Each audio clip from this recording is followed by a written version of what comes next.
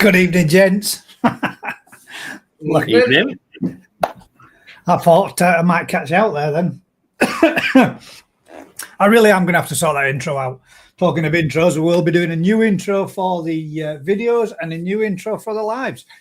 But I do need to sort that music out because that little blank screen at the end is a bit of a cock up every time. And then an outro. Welcome all to this week's GKP Thursday Night Live. Thanks very much, everybody, for joining us. Hopefully, you'll all be in for a treat this evening with a few more of us. Actually, this time we'll be 4 of us providing Crafty. I have sent him a link, so he's definitely got it. He said he was coming on. He is coming on, sweet.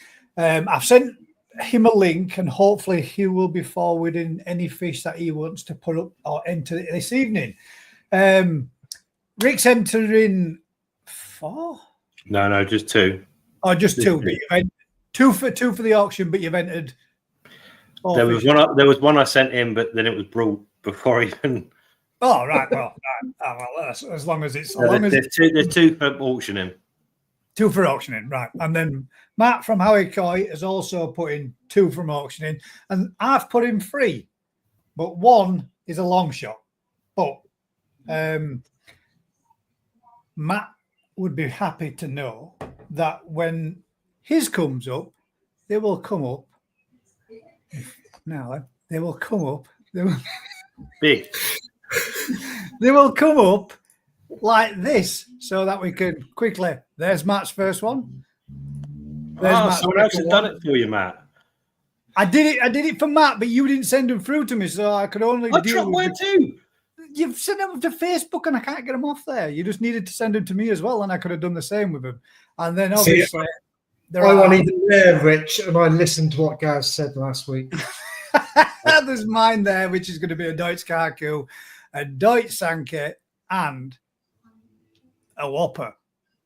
Boom. Ooh. Anyway, that is for later on. So we will be able to put it up in this format, same as what we would do for a normal sort of live that we do doing the normal auctions. Hopefully, when we get into the swing of these things, we'll get all the information put through, and we can put on the little banners across the bottom. For example, we've got Matt's little Deutsch Kikasue, age Tosai breeder, Sakazumi, size 19 cm. So it all ticks across the bottom for you, mate, so you don't have to say it all the time. But obviously, once we've got everybody's getting them all fired through to me, then we can get them all in and put them all up on. But we've got a lot of fish to go through this evening. So what I don't want to do is get too bogged down in everything else and not be able to get everybody else's fishes shown, because I've got a total of 27 comments, which 2 are questions. So there's 25 of them which are fish to show on Facebook. And then Tony from Farmer O'Coy got well carried away and sent in about 12. so we've got loads to look up from his, but then there's another gentleman that sent some in as well, and Vince that sent in about 4 or 5 too. So we've got plenty of fish to go through this evening. Good stuff. That How are said, you, Matt? Anyway, let's get to the important stuff. The important stuff. My not hemorrhoid, as people ask whether I had a hemorrhoid. Is that where you've been? Well, bloody Crafty last week, wasn't it? Oh, he's having something removed that he shouldn't have had there and all that in the first place. Put some cream on it, you'll be fine. Yeah. No, thyroid in my neck. Oh, Thyroid. So you didn't have your hemorrhoids removed. No, they're still there. Opposite end. Good, thank you. That for Crafty. Is that what he said? I can't believe he said that. Right, let's just quickly catch up with everybody else that's been putting in a couple more comments in there. Evening from Humbercoy. Listening whilst barrowing hardcore, mate. I feel for you. I've done my fair share of shifting hardcore and stuff these last couple of weeks. I won't want to be doing it anymore. We got a good evening from Matt Charles, Rick and Matt. Good to see Matt. Good to see Matt back. Hope you're well, bud. Thank you very much. Evening from the Koi guy. Brand Family Coin Adventure says, evening, Gaz and panel. Hopefully I won't knock myself out. I couldn't believe that when I read that. Last week, he was watching and somehow managed to knock himself out on a TV screen and had to go to hospital. So he caught back up the following day on the rest of the live. So that's how boring we were. He just fell asleep and went bang. Poor lad.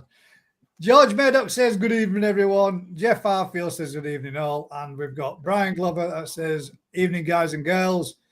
Had a lovely day at New Forest today from Tony Farm O'Coy. I think you bloody did. Come and rob me again.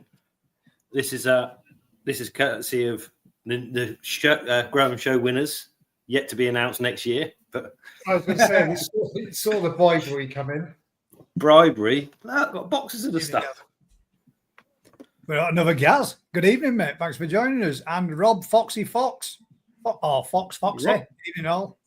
Rob, I will pass that comment on to Vince. Somewhen. Whatever it is, Matt. Not that one. Whatever it is, Matt, I'm sure Lee will kiss it better for you. Oh, cheers, Andy. Evening, Graham. Right then, did I miss anybody else? Anybody else? No, there's a few more there. Hand selected my grow on fry today at the New Forest. Hand selected? That's cheating. Hand selected. Did he hand select them, really? He just scooped them out of a bag. There were millions of them, weren't there? No. Everyone, they all done the same. The only variation is my counting and Sean's counting. He's very much 125 to a bag. I'm very much 152 and a few extras and a few more.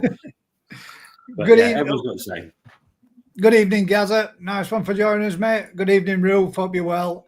And then we've got Andy J that says evening all. Rocket Boy that's joined us with an evening, Gaz, Rick, and good to see you back, Matt. Hope you're okay. Right. First of all, I'm gonna touch base on this little thing because I had a look into some stats last week, just whilst I was chilling at work, watching the live, which I thought I'd just have a quick look at some of the statistics that come with it. Now, the statistics that's come with it turned around and said that 642 viewers were new to the channel. So this evening, and when Crafty joins, we're going to ask him to do the same as well. We're going to I'm going to go through you two, and then we're going to explain who we are, what we're about, where we're from, and what got us into what we're doing. So first of all, Rick from New Forest Koi, obviously, would you like to introduce yourself? And that way, then anybody that finds us new at the beginning of the show, I'll get some idea of where the hell we're from, what we're up with, what we're on with, and where we've come from, and what this show's about. So I just thought it might be worthwhile touching base with everybody, and a bit like Blind Date. Yeah, that's the one. Yeah, but we're not speed dating. I'm Rick Speed from dating, Hampshire. Rick. I'm single at the minute, but I'm looking for a lovely lady. Oh, that's the change. But yeah, well, obviously New Forest Koi. All I do is we're a koi farm.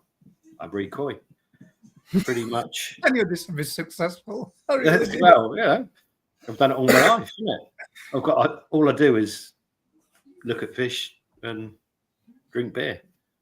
Look at fish, drink beer, and you've been doing it for how many years? Probably 33 years now. I 33 know I don't look old years. enough. So what got you into it then, Rick? What got you started with the passion for koi, so to speak? Like a lot of people started with fishing, carp, and then the fishery that I went to had ponds where they were doing goldfish and selling fish, and then we just sort of escalated from there into New Forest Koi. Yeah. From there, you went into working for New Forest Koi 33 years. But New Forest Koi didn't exist when I went there. It was part of the fishery and whatever. So we started the business. Sean was like, "This koi are the best thing we got selling wise." So we started New Forest Koi. And yeah, good evening, bud. Thank you. Just perfect timing, mate. We're just listening to Rick. We're looking at some of the stats on the show. And I was listening back. I was listening before I joined. Oh, sweet. Nice one. Right. Well, there we go. So we've got Rick from New Forest Koi, which is where exactly? the title with New Forest. UK breeder. We started the farm. It was a few mud ponds with a fishing lake, and it just grown and grown. So we're probably the longest established koi farm in the country, the biggest koi farm in the country. We just don't perhaps advertise ourselves as well as we should. Well, there you go. This is your chance. Plug away, mate. Get it plugged. Well, everyone watching this knows it, don't they? I need to plug on some, somewhere else. A bigger global audience. We need to get out there. Where's Evo? Evo on it'll still be seen, mate. It did quite well last week. 1,200 plus views, so we did all right. So, right then. Crafty. Matt's legged it. As in Crafty being his nickname, which is something that we all refer to him as, but it's Anthony from Perfect Aquatics. Would you like to explain a little bit about yourself, mate, who you work for, what you're up to, and how you got into this craziness that is? I'll start with how I got into it. Dad had a pond into his koi back in the 80s. We done back then what everyone does now, which is dig a small little hole, and that hole gets bigger, and then filtration gets more expensive, the koi get more expensive. But then joined the military when I was 19, and I couldn't carry on like in a hobby in that environment because we move around so often. You're not allowed to have ponds and whatnot, so. But always see my old man's pond, and also being a fisherman. Not so much now, but back then I was. When I left the military, I then settled back down into the UK. Took over where I live now, and there was a pond in the garden already. And then, I didn't look back. It then grew. Or the interest sort of respouted, and then it turned into doing a bit of a YouTube channel for a pond build and whatnot. And I only done that because of COVID, if I'm honest. And my daughter said that, and I don't mean this to sound rude to anyone, but she said there's a lot of old boring farts doing YouTube and you could do a better job than it. And I was like, I don't know about that. And then she done a little video and I sort of done it for her really. And then we put that on YouTube, and then it grew arms and legs, to be perfectly honest. And before I joined Perfect Aquatics, I was a field operations manager for a utility firm, and life got a little bit stressful, I ain't gonna lie. More stressful than being in the military, and I was looking to jump ship, so to speak, and the job down at Perfect Aquatics come about, and I went and met Pete, and I took over the koi department almost 3 years ago. Within 3 months, I was then running the business, which is something I didn't really want to do, I ain't gonna lie. But I was more happy just playing with fish and less stressful. But I thought I'd give him a hand, and I ain't looked back since. And to be perfectly honest, it's quality. So all in all, I've been interested in fish for years and years. I'm going to tell you how old I am, but more importantly and professionally, almost 3 years. But keeping fish years and years and years, especially koi. So. That's how the story goes. Boring as fuck. If you wake up now. Finished yet? Wow. For all those that are still awake, only messing. Right then, Matt, same question goes for you. If you would like to tell everybody who you are, which is obviously Matt Howie Coy Dorset, but how Matt Howie Coy Dorset came about and where they can find you and all the rest of it. Go for it. Introduce yourself. First of all, do the name, because everybody still calls me it. They phone up and go, "Hi, Howie. My name's Matt. Not Howie, but my surname is Howe." How that came about with Howie was when we decided to start this adventure up. I said to the boys, "What should we call ourselves then?" And they went, "I know. We call ourselves Howie Coy. Howie Coy." So we stuck at it. Fish. I've always been a fisherman for probably 50 odd years, been doing some form of fishing, whether it be sea, river or whatever. So I get the how long? out. He must be well out of his fishing for 50 years. He's let the cat out of the bag now, isn't he? Go on. Yes, I've always been into fish, and then probably 8 years ago, started really with the koi. We had a little market down here, as in there wasn't any shops or anything really doing any koi, and my passion grew and grew and grew to the extent that people started saying, well, why don't you do it properly? So I had the opportunity to get out of my old job, do what I'm doing now, which is obviously not just the fish, but pond builds, materials, box liners, as I'm known for. And box liner, man.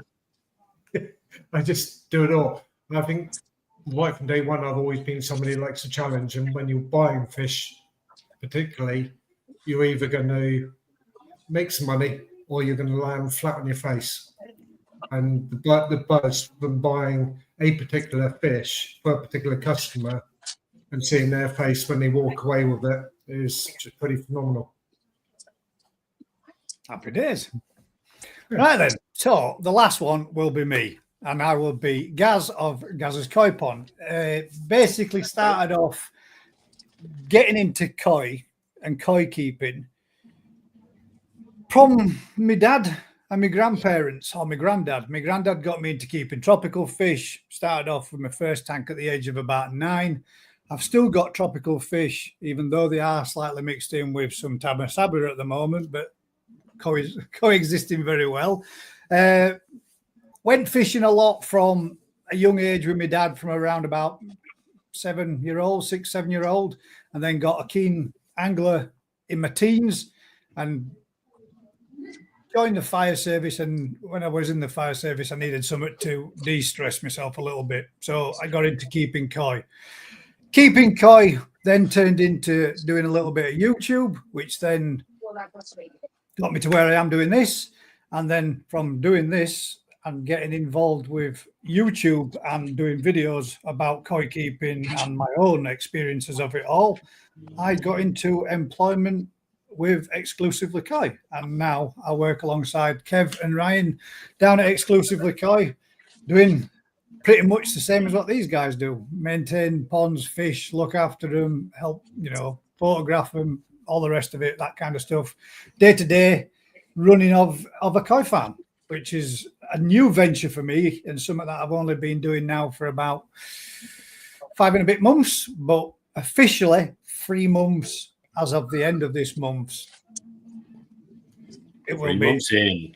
my 3 months in. Probationary period will be coming to an end, and whether I will continue. That's it. You're done. Whether or not next week I will have Exclusively Koi underneath there, it remains to be seen. But no, joking aside, but that's what got me into it. And I thought we'd just touch base and all introduce ourselves a little bit, and that way then people will know what we're about, who we are, where we're from, for all the other 600 and odd people that were new to the channel and found us last week. So fingers crossed that they come back again and they don't sit there and think this was an absolute load of crap. But we have got a couple of topics to talk about this evening, and hopefully, fingers crossed, if you guys could do us a huge favor, if you've got any questions or anything you would like to ask the panel, or anything you would like us to have a natter and a chat about, just put the word question in with capital letters or type it all out in capital letters so it stands out a little bit more, makes it a little easier for me to see within the comments. Other than that, we'll start as first topic, which is from Cameron Wakely, who said, topic: water changes. Do you all do water changes weekly, etc.? Also, between the panel that is on tonight, I'm looking to track down a small black Zeus. But his first part of the question is and was, do we all do water changes? And if so, weekly or what, etc.? Well, I know this is a topic that a lot of people kind of... Who are you asking? Well, we'll go with you first of all then, Anthony, if you're asking. Well, we shall say you, sir. yeah, go on, Anthony. Yeah, water changes. They're a must. It's how much people do that I think is the question that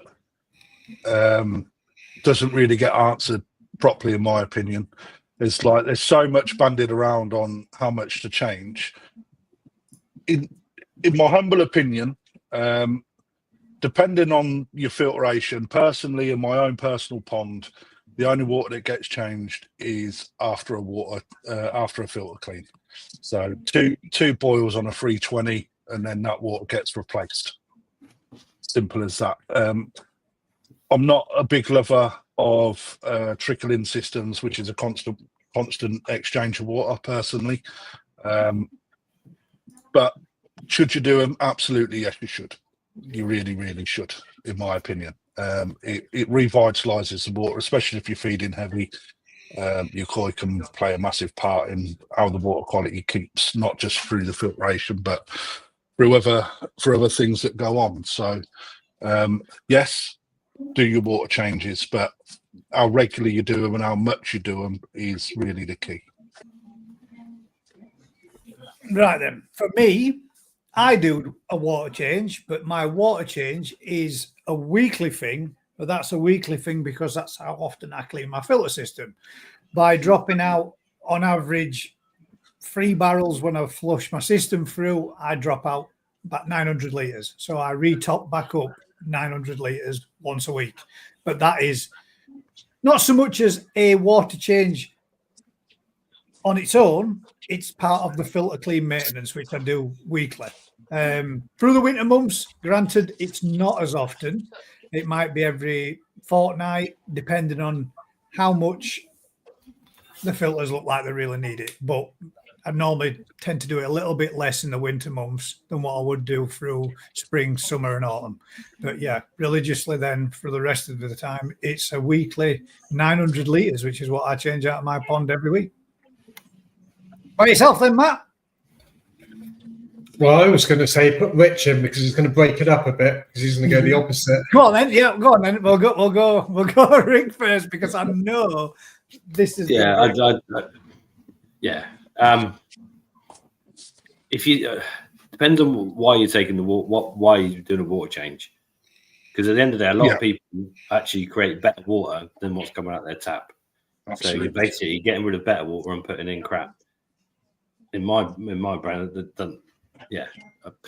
I don't know. We use if you need to do a water change for a reason, we tend to do big water changes, because doing a small amount, you're only taking a percentage away, and then whatever pollutants are there that you're trying to get rid of are in the water body again, and then you take a less percentage out. So if there's a situation where you need to change the water because there's a problem with the water, then you tend to would recommend a bigger water change. But generally, I mean, so the amount of what you're doing with a setup or a system, the amount of fish, the filtration, I think it's one of those things that you just can't tell and say, do 10%. We get people come in and say, I've read you've got to do 10% a week on your pond. And I'm like, yeah, but you've got 4 fish in 4,000 gallons. Why? Because I've read you've got to do that or whatever. It's just, that's right. You've got to, every single situation is different. But yeah, we use a lot less water than people would ever imagine. Because you create a good environment. What you're trying to change. Would you say you change more within your shop, for example, than what you would do within your polytunnels and your ponds? No. Realistically, we change very little. If the water needs adjusting, we'll adjust it for what it needs adjusting for, rather than saying, it's getting soft, let's do a small percentage water change. We'll adjust the water chemistry to suit the environment or what we're trying to achieve.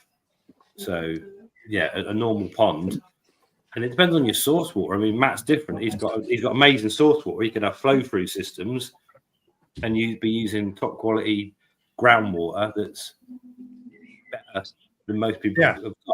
But another person that lives in London might be putting in tap water that's absolutely shocking. Yeah.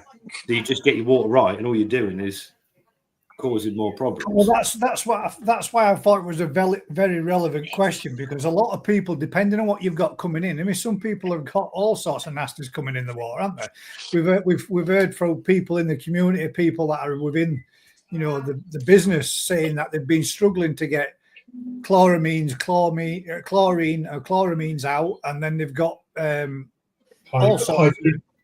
pH, wasn't it? Massively high pHs, or low KHs and everything else, so that they're always having to do something. And some people have even switched to going with the RO system to make sure that they can have better water qualities towards what's coming out of their main supply. And a lot of it's not good, is it? If you're of a mind that if it ain't broke, don't fix it. We don't need to change it, maintain it. If there's any elements that need adding to it, you correct it rather than replace it. Well, yeah, because if your source water's, you know, if you live in a place where your source water is incredibly soft because it's come out of granite hills, then if your pH is going low, you're struggling. Just pick that up off the floor. Doing water changes is not going to help you. And the same flip side of the coin is if you live somewhere where water's super hard, pH is high, they're having to add so much chloramines and they're adding carbon dioxide into your tap water to create safe drinking water. It's shocking water to be putting in for your fish, isn't it? So you need to understand what you're trying to achieve, what your source water is like. When you say that, though, it's shocking water. If, for example, you haven't got like a modern day filter, most of them are using, and I know Matt's going to turn around and say, but yeah, you can use your pond water to do this and and run you through your filter systems where, like a drum, for example, it's using water from your source or water from your mains to flush out and replace and remove all the crap out of the filter. At some point or at some stage, you either have to top back up to restock your pond water level. Yeah, if you've got if you're using X amount of water. But you've also got a system. You could run a drum, and the discharge water runs through a vegetable filter that returns to your pond. There's ways around anything. You work out what you're trying to do. Obviously, you can store rainwater. You can, for some people, rainwater is better than their tap water. For other people, their source water is ideal. I don't think it's let's all just say do 10% water changes, you'll be fine, because it isn't the case, is it? I suppose it all depends on who your supplier is, what your water's quality is like when it comes out the tap, as to whether or not you can actually do as I do. I mean, I use my filter water in the filter by boiling it all up, and that fills it all full of all the waste and crap, obviously, when it needs to be flushed away. So I've got no choice but other than then to add water back in at source, dechlorinate it once I'm adding it, or as I start adding it, I put the dechlorinator in, so it's already doing its job beforehand. And then I always have to add bicarb to bring my KH back up, because what I'm putting in is less than what's in the pond. So I start replenishing with fresh water, which lowers my KH, which reduces my pH, which is a real pain in the ass, man, to have to do week in, week out. But those are the things that I know that I have to do just with my water in my area. And even as silly as it sounds, even round at my dad's, I've gone round there and tested my dad's, and my dad's is better than mine. And we're both off at the same source, and we're only like 3/4 of a mile from each other. Yeah, I think it's if you really want to know, you need to know what your source water's like. If you've got options of storing rainwater or storing tap water and treating it to make it better, or using big blues or dechlorinators or whatever. I think the question is, or the answer to the question all depends on the variable of why you're using or why you want to change water. Yeah, there's so much involved in water. It's like you could talk hours about it. It depends how far you want to go into the science, isn't it? What would you both do? I mean, well, Matt, we'll get back to you, but what would you both do? Let's say, for example, if you'd done a PP treatment and you'd done your 2-day treatments with your PP, and then you'd gone in the following, and then done like a fluke treatment after it. if you'd put in 3 lots of quite severe treatments, would you go with a water change then to remove that chemical element, or just let it run its cycle and leave it in? That's a prime example. Then that you wouldn't do it. At the end of the day, the PP is making the water better. There's nothing left when it's done its thing, and the fluke treatment needs to stay there longer term for the flukes to absorb the treatment properly for the period of time. So if you treated it and then did a water change, you're reducing the amount of active ingredient and reducing what the treatment should be doing. The effectiveness, yeah. But so, I mean, at the end of the day, you've got to work out what you're trying to achieve with your pond. Some people, yes, might need lots of fresh water. If they're feeding heavy and they got good fresh whatever, some people have got better water in their pond and they're getting rid of better water than they're putting back. Or like in the shop environment, you've got a heavily overstocked pond in a very small space of water, which requires a lot more regular water changes as well. Yeah, you know, merely on the fact that in heavier stock ponds, and all of us will know this. A heavier stock pond, you've really got to keep your eye on your KH, man, because that absolutely rapid, doesn't it? Massively. You can see a difference in that within 2 or 3 days. In let's say you've got your KH at 6, and within 2 or 3 days you can see that's dropping and drops real quick when the more heavy. I mean, you koi tell you, don't they, when that's starting to happen? They fucking not interested in food, stick to the bottom, don't move. You know, soon start getting down and sulking, don't they, or backing off to back. Absolutely. Yeah. I think some of that question comes from the water chemistry as well on the ammonia nitrite. If you're in a new pond syndrome, one of the things that everybody always says is do a water change. If you're ammonia and your nitrites, so do a water change. It all depends on the spikes, though, Matt, don't it? Exactly. That's what, like, you get the situation where people are doing a water change, but they're probably actually doing more harm because they're flushing away some of the good bacteria that they want in that pond. They're flushing away and putting in fresh and weakening it and prolonging it.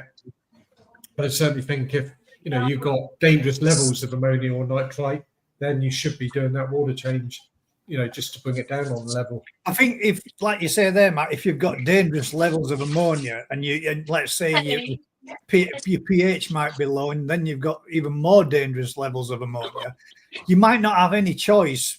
Even if your source water is not brilliant, it's better than them being in that type of environment with high levels of ammonia, isn't it? So a water change sometimes is necessary, but not always a necessity. No, but it was a bit like the polytunnel when they brought the fish back from Japan and they went in there. They were in relatively new filters, so we obviously were getting the ammonia and the nitrite spikes. So I was doing 20-25% water change daily to maintain it, to keep it at a safe level. But for me, it's totally different because, like Rick just said, mine is all from a borehole. And for the last 4 years I've been here, our borehole water has been exactly the same every time it's been tested. So we're lucky. Possible. So what you're saying is we all need a borehole. Yeah. Get him straight. It's a bit posh, isn't it? Come and get it. With beer as well. That's beer, and weird, that. Beer and ice cream. I've not allowed it. Ed, I think you touched on a good point, Gus, with the KH, because I think it's one of probably the most under-tested elements of water. There's so many people get tied up in nitrite and ammonia when actually KH is uber important, because it provides you so much info of what your water's actually doing, just on its own. And that in itself is also something that your filtration system needs to maintain the nitrifying cycle, isn't it? When you know what happens when your KH disappears and the I can't say this word, acidity of the water. Yeah. And then it just totally crashes your filtration system. So I noticed in the comments somebody mentioned that they don't test the KH because it's so high out the water, out the tap. Well, what happens in your pond and what happens out your tap are two different things. So it is something that you should look at. If you were gonna say one of the things that we test weekly is our KH. Every week, every single pond gets it checked and adjusted to keep it in our little sweet spot. And that's it's one of the easiest as well, though, eh? Yeah, it is. You ain't got to wait fucking 15 minutes or it's an 10 instant minutes. result. One drop, Done. And now count your drops, job done. You know where you are. Right then, we got a little quick question there from Gaza who says, I'm into my first season with koi pond. I've kept fish tanks for years but never had an issue. I'm having now. My ammonia is always zero-ish on a Colombo test kit, but my nitrate and nitrite is up and down like a yo-yo. Salt to 0.3, 10% water change a week, but still having issues and fish flashing often. Anything else I can do as a secondary bit to the question? First and foremost, the levels of your nitrite. I can't imagine your nitrite necessarily being through the roof if your ammonia is at zero. What I would say is keeping fish tanks and keeping fish ponds. I don't know what sort of fish tanks you have, but if you're going down the marine section, right, you're not on as much of a knife edge as you do in garden ponds. What should I say? Marines are a lot more susceptible to the water changes at very fractional amounts. But in a koi pond, nitrite, if your nitrite's really high, I would look at adding zeolite but you've got salt in your ponds. That's not a good idea. You'd just be recharging it, wouldn't it? Yeah. But yeah, something like a zeolite. What you could do, 4-inch tube, get some oil drill through the bottom, a little bag of zeolite in the bottom with an air stone underneath, so you're constantly pushing through to remove the nitrite out of your water. So it's a good additive sort of filtration system to help remove that. Zeolite doesn't take the nitrite though, does that? It takes the ammonia. Removes your ammonia. But then it makes am I thinking? work less hard, doesn't it? So it does work. It's the other way round. Yeah, I'd think either you've got not enough biological media, or you've got a plastic media that's not maturing up properly. So every time you feed, you're getting spikes, and you just got to, yeah. It's a new pond as well, isn't it?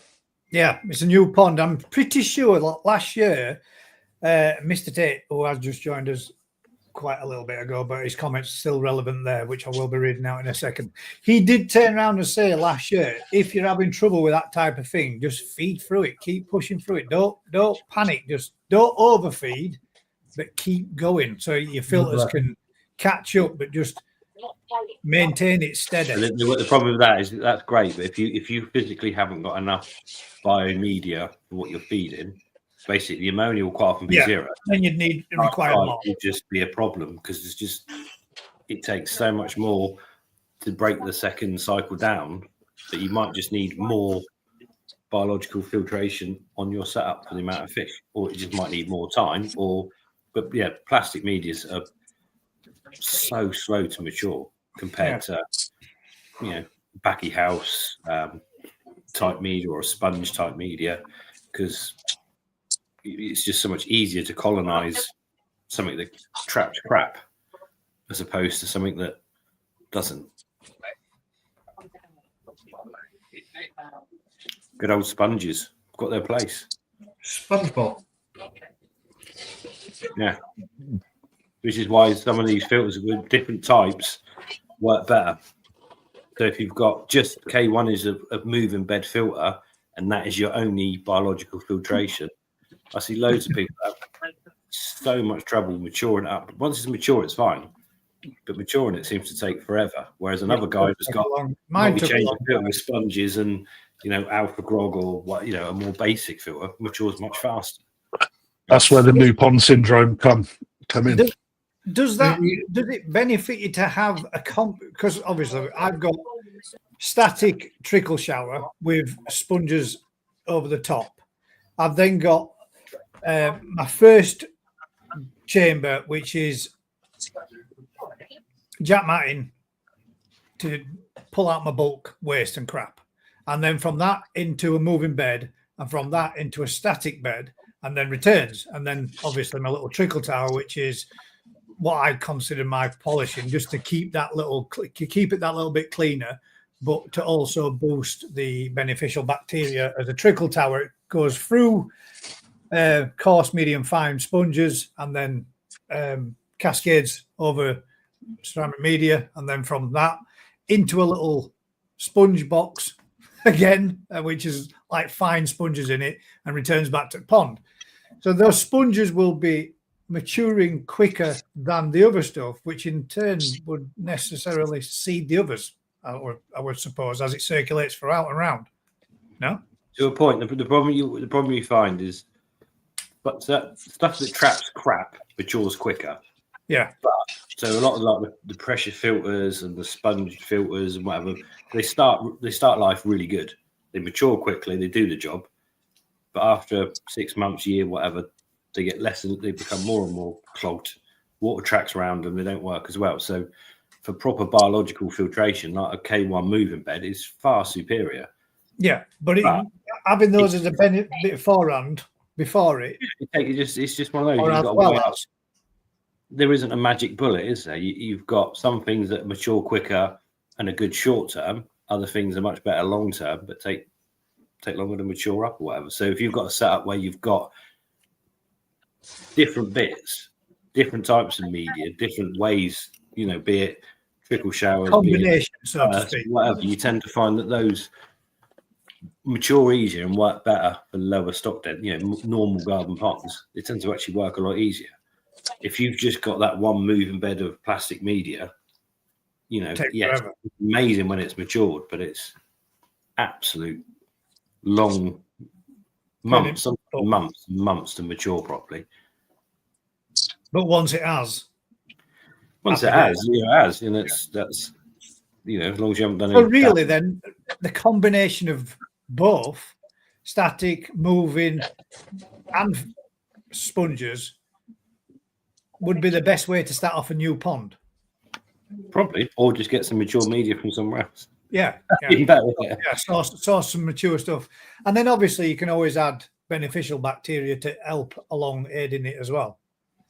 Yeah. Well, the technology's there now. It's not a major issue. You understand what you got to do, and the stuff's there to do it.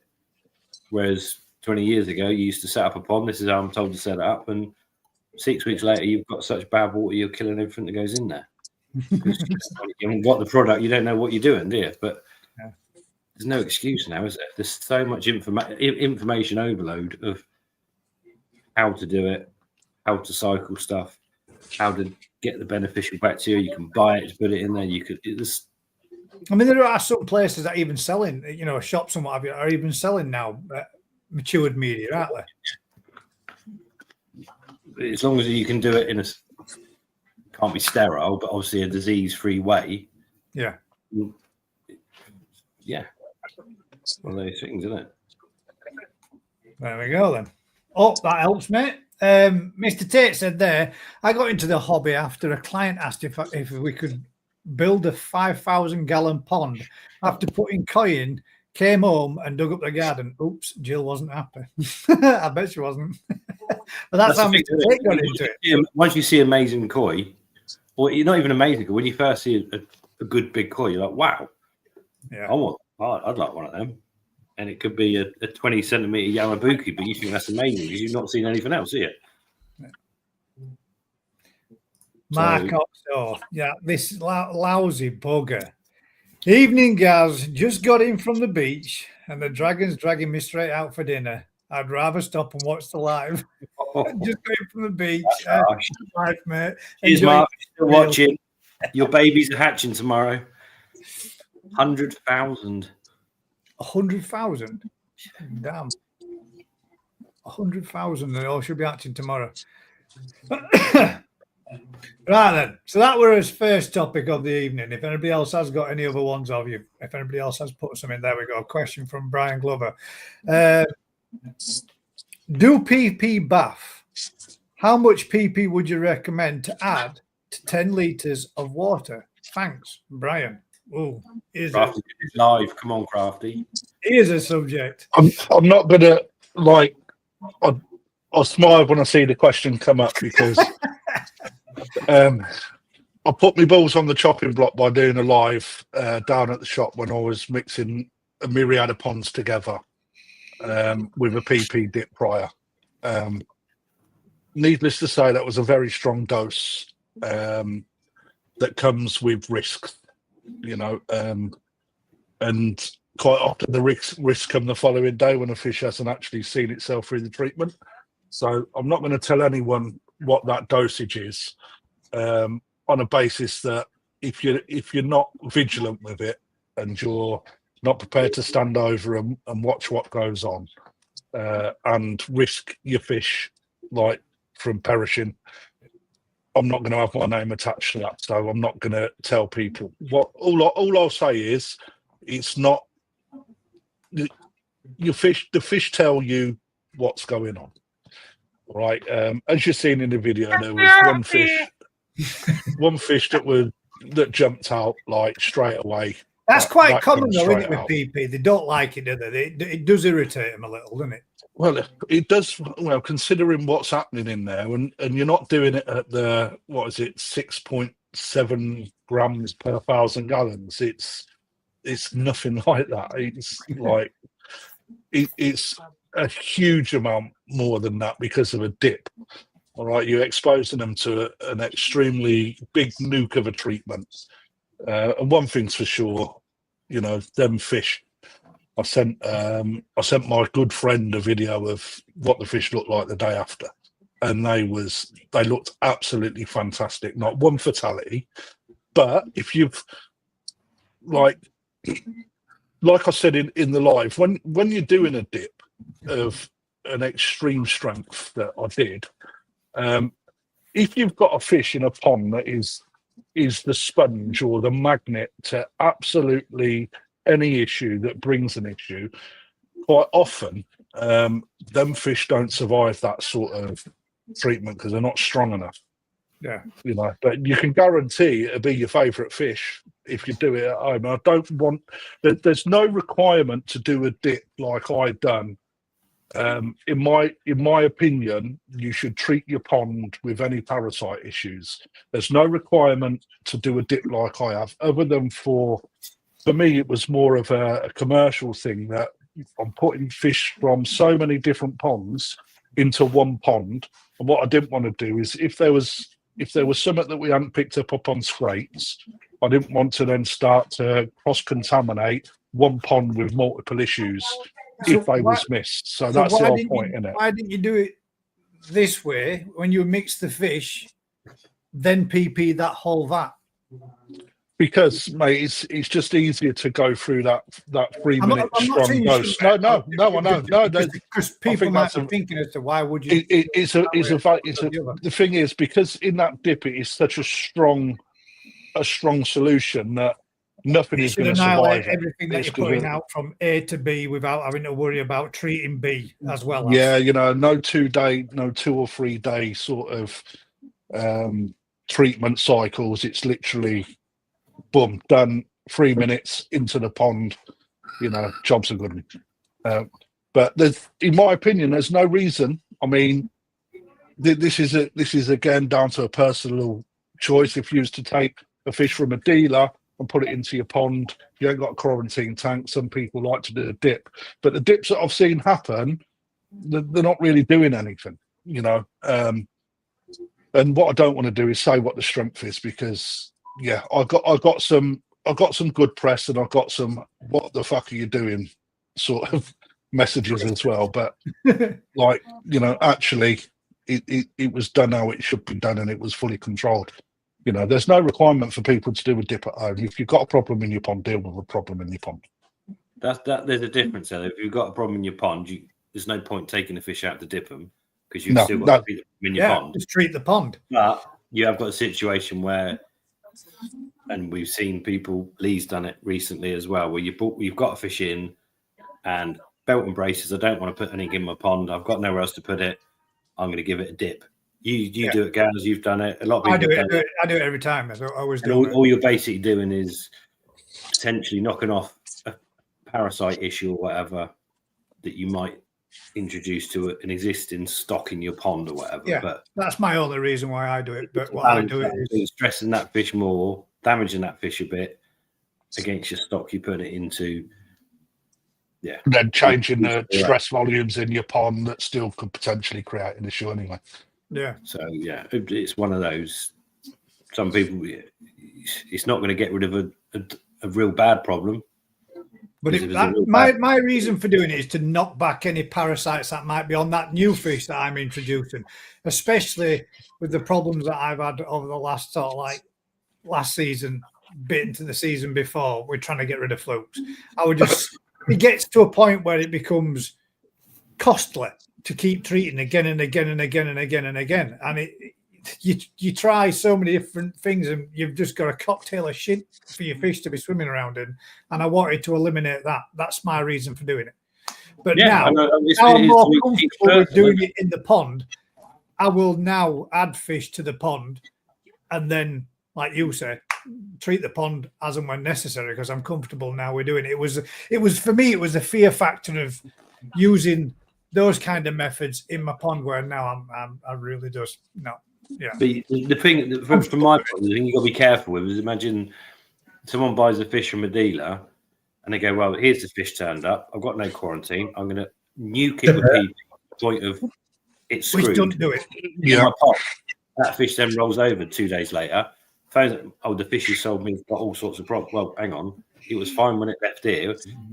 You know, what's the matter with it? Well, it's dead in my pond because of something that's happened to it.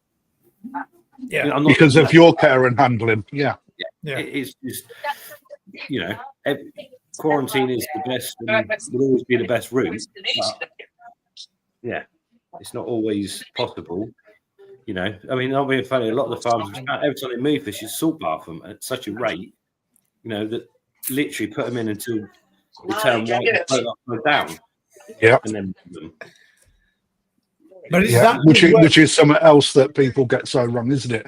You know, they do a salt bath based on what they see on social media. I mean, if we're going through like PP dip, salt bath, same sort of topic, people don't realise the extremities that you go for in order to do a salt bath. You know, 30-second, 2-minute dip. It's got to be so strong that it's going to kill whatever on there, fluke or whatever, in the mucus layer of the fish, in the gills of the fish, and you're talking fine lines between killing someone like that and killing the fish.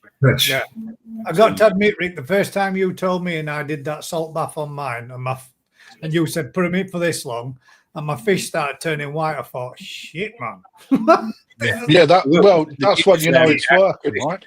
The fish basically can't hold their buoyancy; they float upside down, they turn white, and you're like, oh my god! But that's the rate you've got to go to if you're doing a salt dip to kill certain parasites. Yeah, you know, it's whether that fish comes out the other end though. That's the, you know, again, a lot of what people do. I mean, let's face it, there's people out there that say they do something, you know, that they'll follow your advice, but they'll miss that little bit, which is the most prestigious piece of advice, which is you stay with that fish the whole time. You know, they'll get sidetracked, take a telephone call, go toilet or whatever, and come back and that fish has already perished because, you know, pound to a guess of that is that will happen when you're not watching that fish, you know, and then all of a sudden you become that person that has given you crap advice because you've killed their fish. That is why so many people won't give the real advice, and that's what it boils down to. You can't especially if you're going to get the finger wagged at you, as I did what you said when I popped at shop and picked up a packet of fags and some beers for later on in the evening. When I come back, fish were dead. Yeah. You know, I mean, it was like when you done your PP in your podcast. You know, it's like on the phone to you. It's like you got nothing to worry about. You know, and it was a little bit more than what you'd normally do on the packet. Yeah, you know, but soon as you've got to take, people that do it have got to take the risk, right, and own that risk at the end of the day. So you take advice from people that you trust. The advice should only come from well, if I give the advice, it will only go to the advice of the people that I trust will either not pin me with the issue, or I know are vigilant enough to stay with a fish over that period. Yeah. The first time I did it, Crafty, 16 hours I stayed with my pond. 16 hours solid gardening right at the side of it. I thought I was shitting myself. And I'll be honest, I was thinking this could all go so fucking wrong. And I stayed out there in garden for 16 hours and it turned dark. And I thought, well, at this point now, I can't see what's happening anyway. And then I slept like all night kind of thing. Got up in the morning, 7:30, straight outside. Hey, happy days. Everything's hunky-dory. I mean, that's the experience thing, isn't it? The first time you use any treatment, if someone says you put this in, they could all die, you shit yourself, wouldn't you? But in reality, that's right, in reality, the treatments that are sold aren't just, barely scratched the surface. Just as toxic. But it's the rate you're using them at. If you've done the right thing in a pond dose, but dips are, they're not something anyone should really be using unless they're confident. No, really not. or experiment with a friend's fish. Yeah, it's like, I mean, I've done the dip that I've done on the live with my own personal fish. I had quite an issue going on in my QT pond, and I've literally just put 6 new Achiever in. I ain't going to say where I got them from. It's before I was working at Perfect. And they really weren't looking great. So I put them into a dip, put the whole pond through a dip. 4 of the 6 fish that I bought and put into my QT rolled over within 30 seconds. That's and that literally only the strong survive. That was my own risk. I weren't blaming that on anyone else. It was just the way that I dealt with it. So from 6 fish, I ended up with 2. But that's on me. But that was weak. If fish had got to a stage where they're that weak and that bad, dips are just what are you going to do? Yeah. You are in a kill or cure mode, isn't it? And it's absolutely, He says he's got 150 litres in his Nexus 210. Oh, can I hang go? On a minute. I'll have. No, I don't. Let me have a look into that. Nexus 210 can hold. The Evolution Aqua 210 filter system comes with 30 litres of static K1 media in the easy chamber for mechanical filtration and some biofunction. The outer chamber can hold a maximum of 150 litres of K1 you've already media, got it up. allowing for an additional 50 litres of K1 media beyond its initial 50 litres supplied. But makes total you've got about a plastic meter, so we're talking about again K1 being potentially not the issue, but the maturation of it. But again, how many?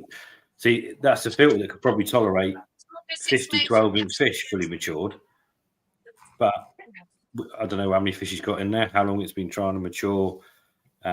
You'll have different schools of thought of having it not move in to start with in the outer chamber so it can mature quicker. Different things you can do to make it static so it matures faster, or add other stuff to it. But if you're at that sort of level on your Nexus, I'm just trying to find it now.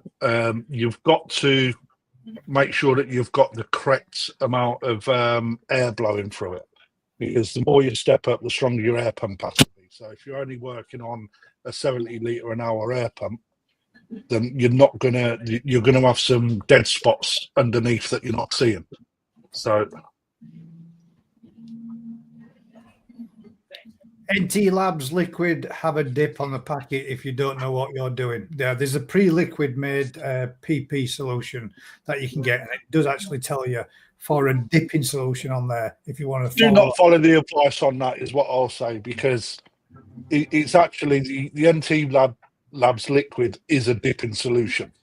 Yeah, believe it or not, and it's so watered down that you're actually wasting your money on it. Just saying. Retailers there just asked, I think we've just covered that one, mate. Yeah. I do, but that's just me. Lee Hadfield does. That's just him. Yes. I don't agree with that. but it's all down to a personal. Yeah, 100%, mate. I mean, if you think about it,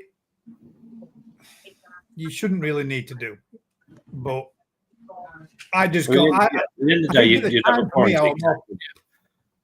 More concerned. What? Say that again. In the end of the day, you should have a quarantine. You should have a quarantine set up. Yeah, and that alleviates a lot of these issues or potential issues or whatever. But yeah, there is that other bit as well, though, isn't there? If you PP and you like, I don't know if we just touched on it then as well, but just in case, if you PP a new fish, you're taking all its protective slime coat off it when you're introducing it into a new environment, aren't you? Which is not really the best thing to be doing. No, well, yeah, but what you're doing is potentially opening that fish up to problems going into the pond. Yeah. So it's a different. There is no. I mean, at the end of the day, in an ideal world, everyone would have a perfect quarantine set up. Any new fish they brought will go into it. Then they'd put fish in their pond with it and do the whole thing, belt and braces. But we don't live in that world. And the biggest thing with any health issue and any treatment is temperature. And 95% of people that keep fish haven't got control of their temperature. So you already that one factor is, non-controllable, isn't it? I've done it in the past. I had my dad's got it now. It's in his pond, but I had an Asaga that knocked itself, and when it knocked itself, I could see the following day. I thought, that looks like it's got a couple of rare scales. That looks a little bit iffy. That. So I give it a quite strong PP dose, but dip. And I did it for 2.5, 3 minutes. And I thought, that's long enough. I'm not risking it any longer. And I took it out. 2 days later, those rare scales had gone completely down. And it were right as rain. But it was a kind of, I hope that's not no bacterial infection kind of thing that's setting in there. So it were a case of you're either going or you're going to something bad. The problem with that is I could turn around and say, well, one of my fish the other day had a big raised scale, whacked itself. I left it well alone. 2 days later, it was mint. Yeah, that's what I was just about to say. The problem is you never know. Yeah, it could be. It could just be a pure coincidence. But you've got to. They do bang themselves, and they have days when they don't look mint. So if the environment's good, they'll sort themselves out generally. But yeah,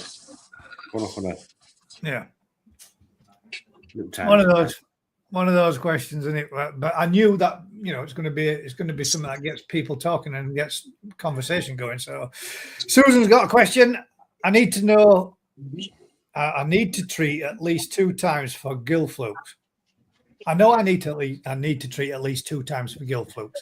How long should I wait between treatments to catch them after the eggs hatch? I'm heated at 18 degrees C. Whatever the pack is, I don't know what 8 is. Probably 5 days, 7 days. I think it's 5 days, isn't it? It's a 5-day cycle on the eggs, isn't it?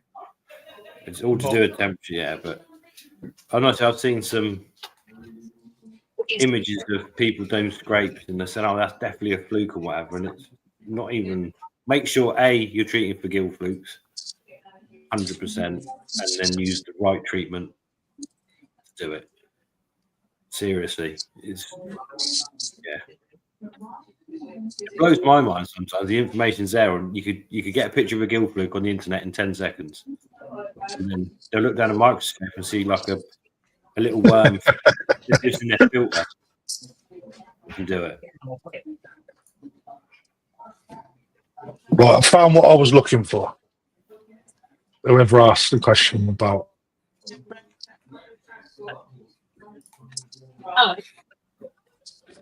We've gone way past that. Too late, Crafty. We're on to koi appreciation. It's not late.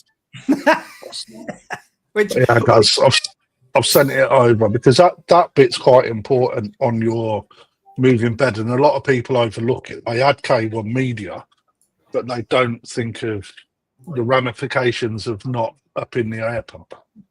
Crafty got us the smallest grid graph. Oh, mate, you can zoom in on that. There we go. So that's on a 320, so 100 litres. But you can see there, as soon as you start going up, you've got to increase the air pump as well. For being able to turn it over and keep it. Yeah, keep it bubbling simmering, or boiling properly. Boiling as well. So those people that don't know. Nice one. Well, God damn, that's zoomed in mega big. Right then. Let's have a quick flick through. Make sure I haven't missed any other. My pond's at 24 most of the year. Steaming away. You lot should be making. You should be thanking me for global warming, says Lee Oliver. Silly question, but do you think people interfere with their ponds too much, i.e. chemicals, etc., from Andrew Murrell? Yeah, sometimes I do, yeah. It's not a silly question, mate, at all. I know people that take fish out probably every single day to boil the fish, do a scrape, put the fish back in, take them out the next day to do a photo, then scrape another one, and then they'll treat it because they found one fluke. And yeah, it's one of them. I think people, tinkerers, what you've got to look at is the koi hobby, right? The koi hobby isn't always just about the fish. Some people love the water chemistry.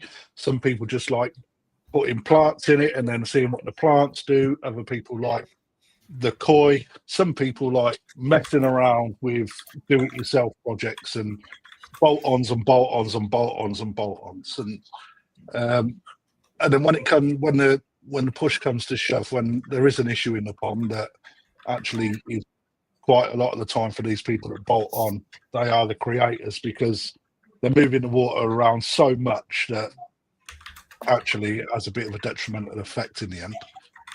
And then your fish start getting ill, and then they don't understand it. There was a guy last year that I can't remember how much different chemical he put through his pond, and in the end, you know, the fish were all knackered at the end of it, because it's like just not dealing with the source problem. You know, you've got the one bit of kit that people need most is a microscope, you know, in order to know really what's going on with their fish, you know, and an understanding of the water. But, you know, if they've got a parasite, you've got, you know, something I'll say to people in the shop, say, my fish are doing this, I'm going to put that in. I'll say, well, have you scraped the fish? No. Well, how do you know that you need this stuff? And I go, oh, yeah, but it does everything. I said, yeah, you know, okay. So if you had a kidney infection, would you take paracetamol? Or would you go to the doctors and let them give you a prescribed medicine that actually hits the issue? Yeah, I would. If you had a headache, would you take antibiotics? No, you take paracetamol.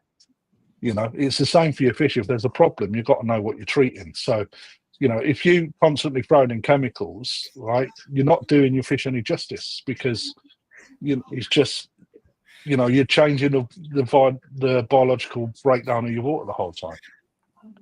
Sorry, that's where the balance is, isn't it? That's where you've got to make sure keeping water is.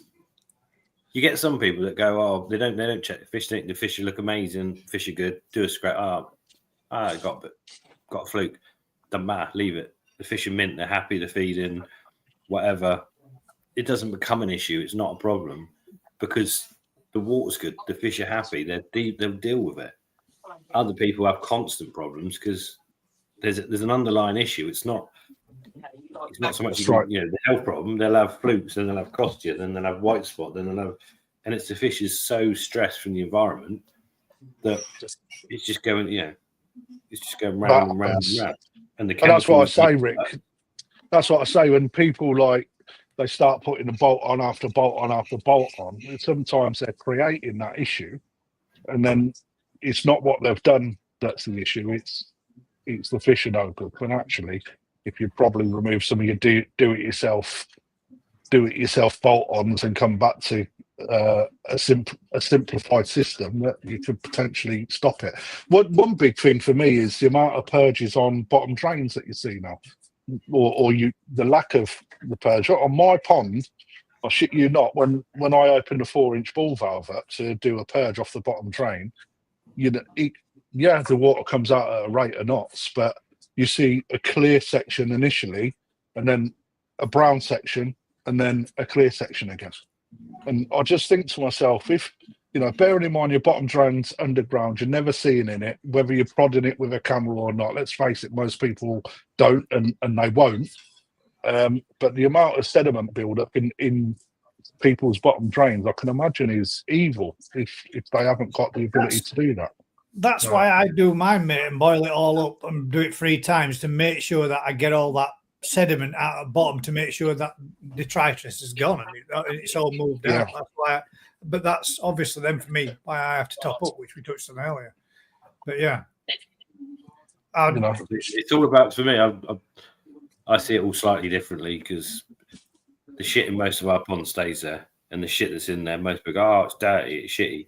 But actually, that is that's the home, that's the environment. That's where, because it looks dirty, doesn't make it bad necessarily. You got all sorts of bacteria and microbes and stuff that live in that environment.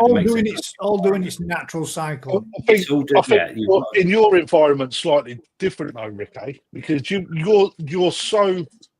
I mean, when I was down there last week, mate, looking over your filtration, mate, there's a huge amount more knowledge gone into how that all operates, right? It's all right. It doesn't look like something you put in your garden, because it's really, you know, it's not designed for that. It's designed for keeping the water and moving your fish from one stage to another. All right. But what you do in your head, a lot of people haven't got that ability to. A lot of people don't have your knowledge and your ability to understand why things are happening. Your knowledge of water is by far greater than most people's. Let's face it, you know. And that's because but I think what happens is people get scared of a bit of dirt and they end up trying to clean their filter. Over cleaning, then, So it's I agree with you, and that because that's one reason why I'm not a big drum lover, because you know the amount of crap that sits in your mechanical filter, I think is good for your water. Personally, you know, as long as you're cleaning it whenever you need to. That's just going to. Anyway, I reckon 95% of the people watching will probably have Rick's filtration in the back garden anyway. It's a wheelie bin. Exactly. Mate, there's nothing wrong with them. It's a container, isn't it? You know, it's just not.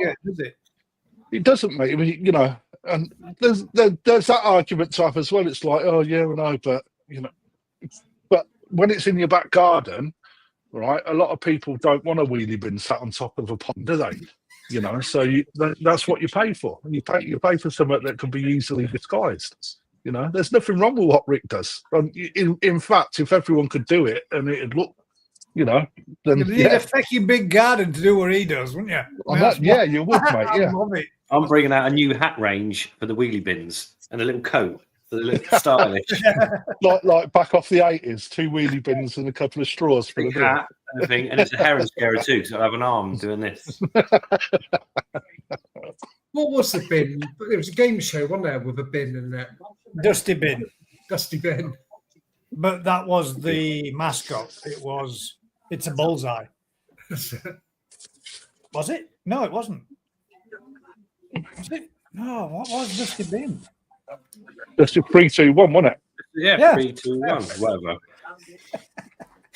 Peter F says, if your pump says it's pulling 22,500 litres per hour through your bottom drain, how often would you purge? Again, this is down to you, isn't it, as an individual? Personally, I'll probably purge once every 3 months. You know, it's like I don't do it all the time, but every now and then I'll just put it through. There's no right or wrong answer to that.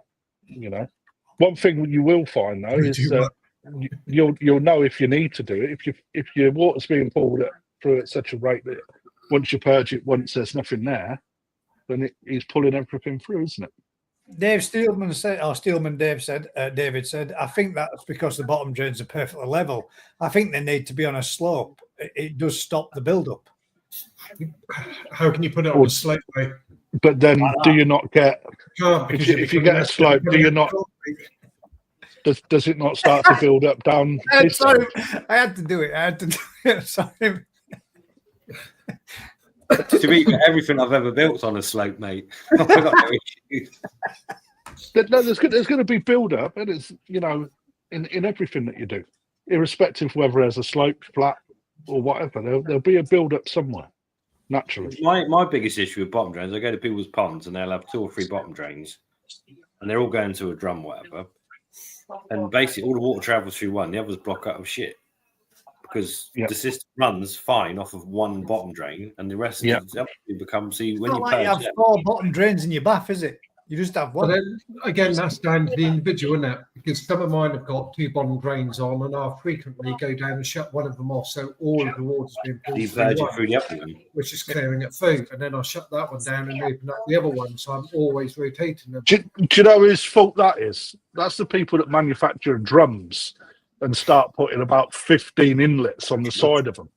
Right, so people then start buying more and more drains. Also sell Boxwell liners and drains so that they can put as many in as they can get. Well, to be fair, what I can't get with bottom drains is when you run the pipe out, you've got 3/4 of an inch probably of concrete above, 3/4 of an inch of concrete underneath it. That's one hell of a weak spot going from one end to the other. I know you 4 have unbelievable skin conditions, but let's see some koi for fuck's sake. Well, that's funny. We haven't got any good to show you. Wait a minute. Why are they coming on? Have you sent me some? Have you got some? Are you entering any this evening? No. Can I play the recording? Nothing more. Nothing more than play the recording. Read it. Can you play? Hang on. It's been making me laugh. Think about a cup of tea. Let me see if I can. No, fuck off. No. Go on, play it. It's funny. Go on then. Put it on. Play it. You've got it on your channel. You've got it on your channel, so you should be able to bring up the whole lot. On my channel? Yeah, on GK. He's not looked at his own channel. On your Facebook page. Have you put it on there? Yeah. Have you uploaded that on there? I need to have a look at this. It was literally making me laugh all day. I even started laughing the day I had the pet shop license people 3.5 hours. Oh, you shithead. I bet I can't play it sound. I don't know if I will. You can hear him. You can hear it. You can hear fucking Ryan. Oh dear. One second. Ryan's voice travels across Japan like a sound wave. I apologize beforehand because oh no, don't. I don't know exactly what's on this, but here we go. Oh fuck. Put your back into it, boy.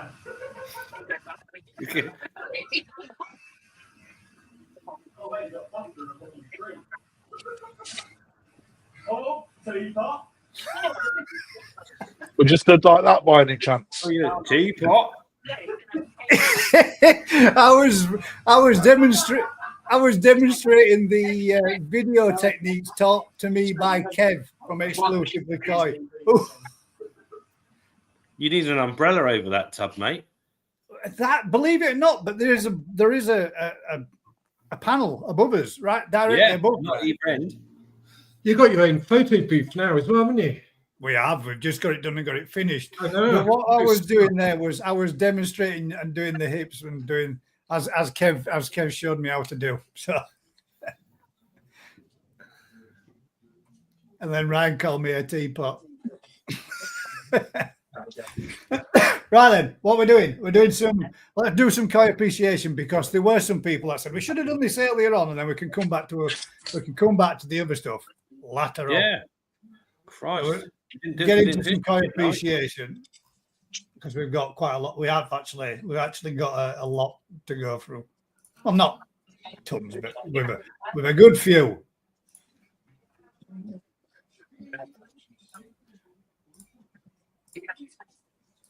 Everyone's silent, waiting to see these. This is the first one, and it's from Chris Brand. I'll put that back there. Make it full screen. It's a lovely bit of garden furniture. So this is, both these, I believe, are 13-year-old as well. Look like they've been through battles a little bit. We were 1 or 2 little marks here and there, but it's good to see fish of that size and that age. Shishui's all right. Was it an Waka Baka? It's all in the hips, Jigs. That's it, mate. It's Keisha Sui. No, it's Keisha Sui, isn't it? That one. I think it does say there. Unknown Deutsch. I call it my Keisha Sui. Call him EasyJet, my Keisha Sui. That's his first one. There we go. Got a good frame, isn't it? Does, yeah, that one nice. And for a 13-year-old fish, that looks pretty good still, doesn't it? Yeah, can't knock that, can you? Oh, it certainly kept the key, hasn't it? Back in the day, it was probably I don't know. How big is it? 60. Let's see. We Fish ain't got no sizes, so we're going to guesstimate it being 62 cm. This is EasyJet. Unknown Deutsch. What do you reckon? What would you say it was? Kind of a Deutsch Kajaku, isn't it? In its day. Oh, and we get to have another look at that one. So let's bring it to it. Oh, bollocks. Quite nice, isn't it? I quite like it. You know, it's a bit, the simi's a bit messy in places, but if it's 13-year-old, mate, it's a lot That's better. what I mean. Yeah, for an older fish, it's still a good fish. Scales not very flattering pause cuts out. It makes it look bent, mate. Yeah, no. a bit difficult. It keeps swinging around to the key. There we go. But yeah, I bet that when that was sort of an Nisa, that probably looked absolutely spanking, didn't it? Yeah. But it's good going, that, keeping them both for 15 years. Let's face it, that's a trait in itself, being able to do it. Is. Yeah, it is. Right, Deutsch Sachiba, 48 cm.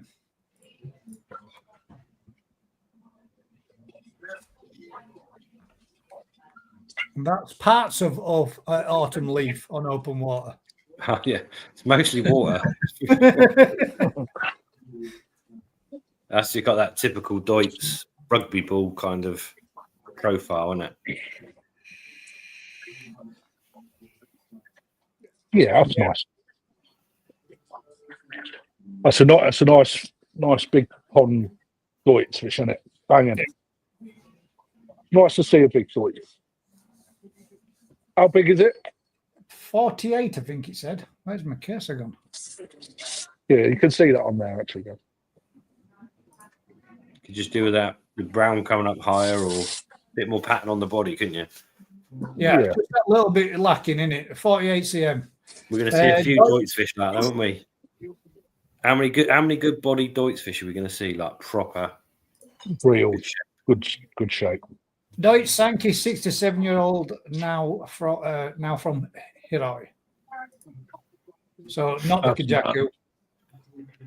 Let's see if we can get it paused on the right fish.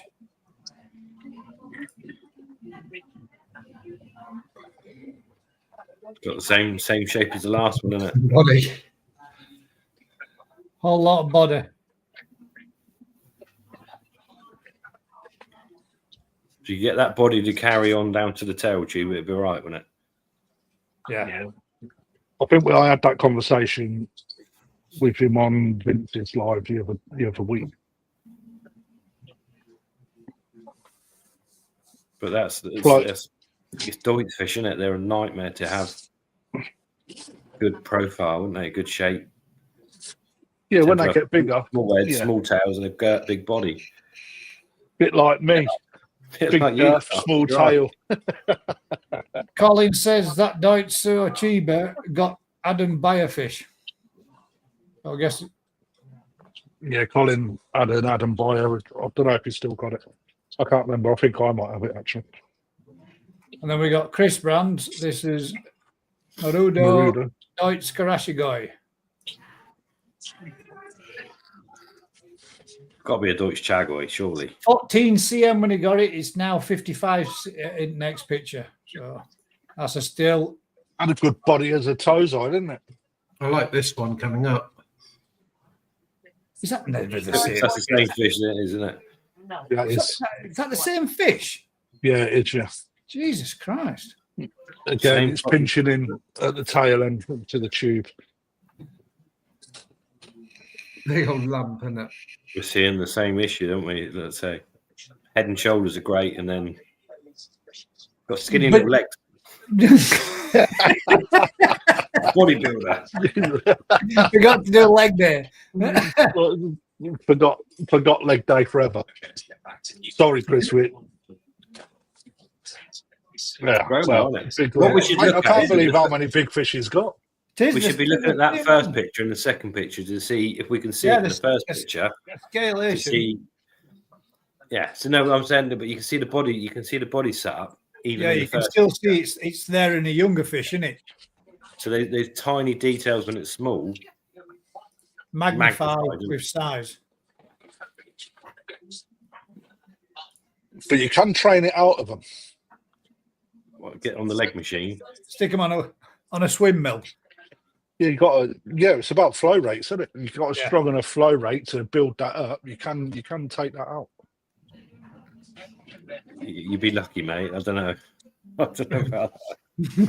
I reckon you can, mate. It's like this one, then. The pecs are too big for the.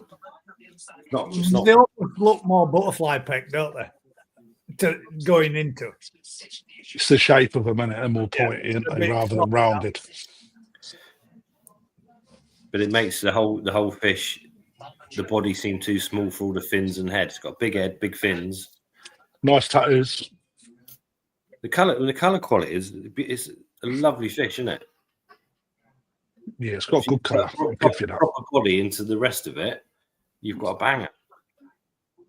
It's got the best profile so far out of all that have been shown. Fish are a nightmare, isn't it? No, he's a professional photographer now. So this one would be. Are these the ones? Auction fish. Should we auction it now? Just auction it. Do it. Go on. And are you auctioning it? You wanting to auction this right now? Right now. So there we go. This is going to be Rick's. It's there, isn't it?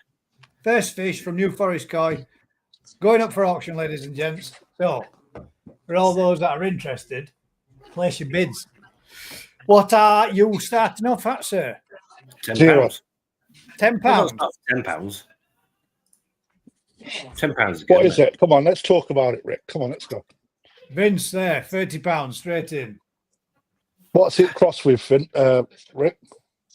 This one, this is, well, it's got Shishui, Asagi, Ochiba, and Krashigoi in its makeup. It's a mega mix. £40 from Alan. Thank you very much. There is a video of it. 50 from Carl.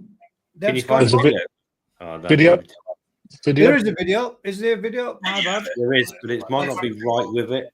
It's not. It's slightly further down. So if you there it is. There it is. There we go.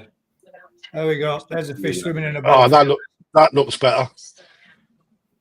Oh, it's got a nice gin on it, hasn't it? See, I'll try to get close up. That's different. Matthew House is 60. Oh crap! Did that stop it playing? Matt's trying to bid now because he's like, oh, I want to go with my other one. Exclusively Koi. It says 100 quid. Streams. I'm not playing this game. The last time you went against each other, this cost some money, mate, didn't it? It's only about 22 cm and it's female, so just put it out there because it's a little chibi Nisai. Yeah, but look at the profile on it, mate. That's banging. That's probably the truer colour of it, but it does change. Come on, guys, let's have 105 quid. Come on. Go on, Crafty, your turn. think Ryan needs to be buying this. Matt, if you want it, pay for it. Mate, I've just took a load of fish off Rick. Oh, this is. Can we put us up there? Crap, no, we can't. Damn it. Oh, look. No, stop So screen in there. No, share it, mate. Share it. It don't matter. I don't need to be on the camera. Right, let's put a 1 minute timer on it. 30-second timer. How are we doing it? Hang on. There we go. Just did that. I went straight up at the top of your face, and mate. So you got in. It's a 1 minute timer started. 1 minute timer on it now, ladies and gents. Right, Ryan's. It's with Ryan at 100 quid. This is all the money he's earned this year, 100 quid. Through that. Yeah, That's a big little fish. Bid generously, guys. It's payday in a couple more weeks. It is. Come on, 105. 100. Alan Elliott. From Alan. Sorry, every time I press on that, it stops. Alan, your fish went out today, mate. You don't get free delivery on this one now. He's got a cheeky monkey on his way to him. Mate, that's a good fish for the money. That. Imagine that at 60 cm, man. Mint. Stick the photo back up, guys. It's making me dizzy, mate. I'm getting 5 seconds left. Look at that. Time. Gold. That's a nice fish, that, mate. Oh, shit, I don't turn it off. There we go. So there we go. So Alan Elliott's won that. Look at that. Well done, Alan. £110. We can slate it now. Got terrible shape. So now we can pull it to pieces. You haven't paid for it yet, mate. Right, so your next one then, mate. Do we auction it? Let's go for it. Well, we're on a roll then. Might as Go well. for it. We Sell it, might yeah. as well go through them while we're on them. So there we go. I shall take that one off, or otherwise you're going to have to pay 110 again. I'll set a 3 minute timer now. To do it. Nice little budgie. Is there a video for this one as well, mate? There is somewhere there, yeah. Make life easy. Is that it? There it is. There we go. Yeah, that's it. There's your little video. What's your starting bid on this one, mate? £10. £10. 40 quid from Vince. Nice blue skin. 50 from Tony. Lovely linear belly pattern. Full scale line. Nice clean edge. Good, mate. Good profile. Clean pecs. Nice. Brand Nice shape pecs as well. Already with Tony at 50 quid, mate. Don't forget to refresh your feed if anybody's interested in bidding on these. All about, yeah, 60 so we've got quid 3 from. minutes left. I'm doing this. I'm doing it proper. So these can be delivered for 30 quid delivery, or you can collect them for free. Which is always a benefit. And you get to see all the other fish that's available. Mate, that's lovely. We're sold out. You ain't. I've seen your farm. Yeah, they're not for sale. That's for one of the nice clean head, good scale. It's good, it's lovely little fish. Yeah, that is a nice little fish. Got a nice pattern to it as well. Are you, Trevor? Are you on? What is it? Telegram. If you are, you can send it to me on that. You got that nice little. One thing I like is, you know, the linear line that goes down the fish. Just that little bump in the skin. I really love to see. Yeah, I really love to see that. Go on, let's put the photo back on. We can see it's moving. Is it making you dizzy again? Yeah, it's still alive. There we go. Cole did the photos, so we'll be happy that. So it's with Brand Family Koi Adventures at 60. Any advances on 60s, ladies and gents? Have you got your timer going, Rick? I have, yes. 1 minute 30 seconds. There we go. 60 quid, that's a bargain, but it's what it is. It's a bargain. Again, Susan, it's did you send some in this? You sent some in already for this week's, have you? As if you have. I have. No, these are the two I was going to sell. I just changed your format for you. I'll tell you what, it comes across better on your Facebook group, mate. You can see it a lot better on the Facebook group. What we need to do next week is promise guys that we're getting the videos to him for Tuesday so that he can pre-post the fish that are going on there so people are aware right from the start. 1 minute I was left. waiting for a Dropbox setup. Yeah, I put mine in Dropbox, but no one could get them. You probably dropped them in a box. Yeah. Total bargain, that is total bargain. Any advances on 60 quid with your last however long you've got left? 40 seconds. 40 seconds. Another little female. I say that's 28 cm, maybe that one. And go in. Did you see how quickly Mr. Howie Coy backed out of bidding when he were up against 22 Ryan? seconds. I've been there before. I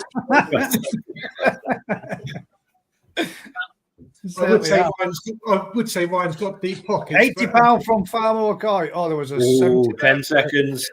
80 from 80. Tony. 5 seconds. Finished. Farmer Coy. Sold. Oh, stop. You should change that name to I have. £80. £80 and sold. Right then. So that takes us through the first little auction that we were doing.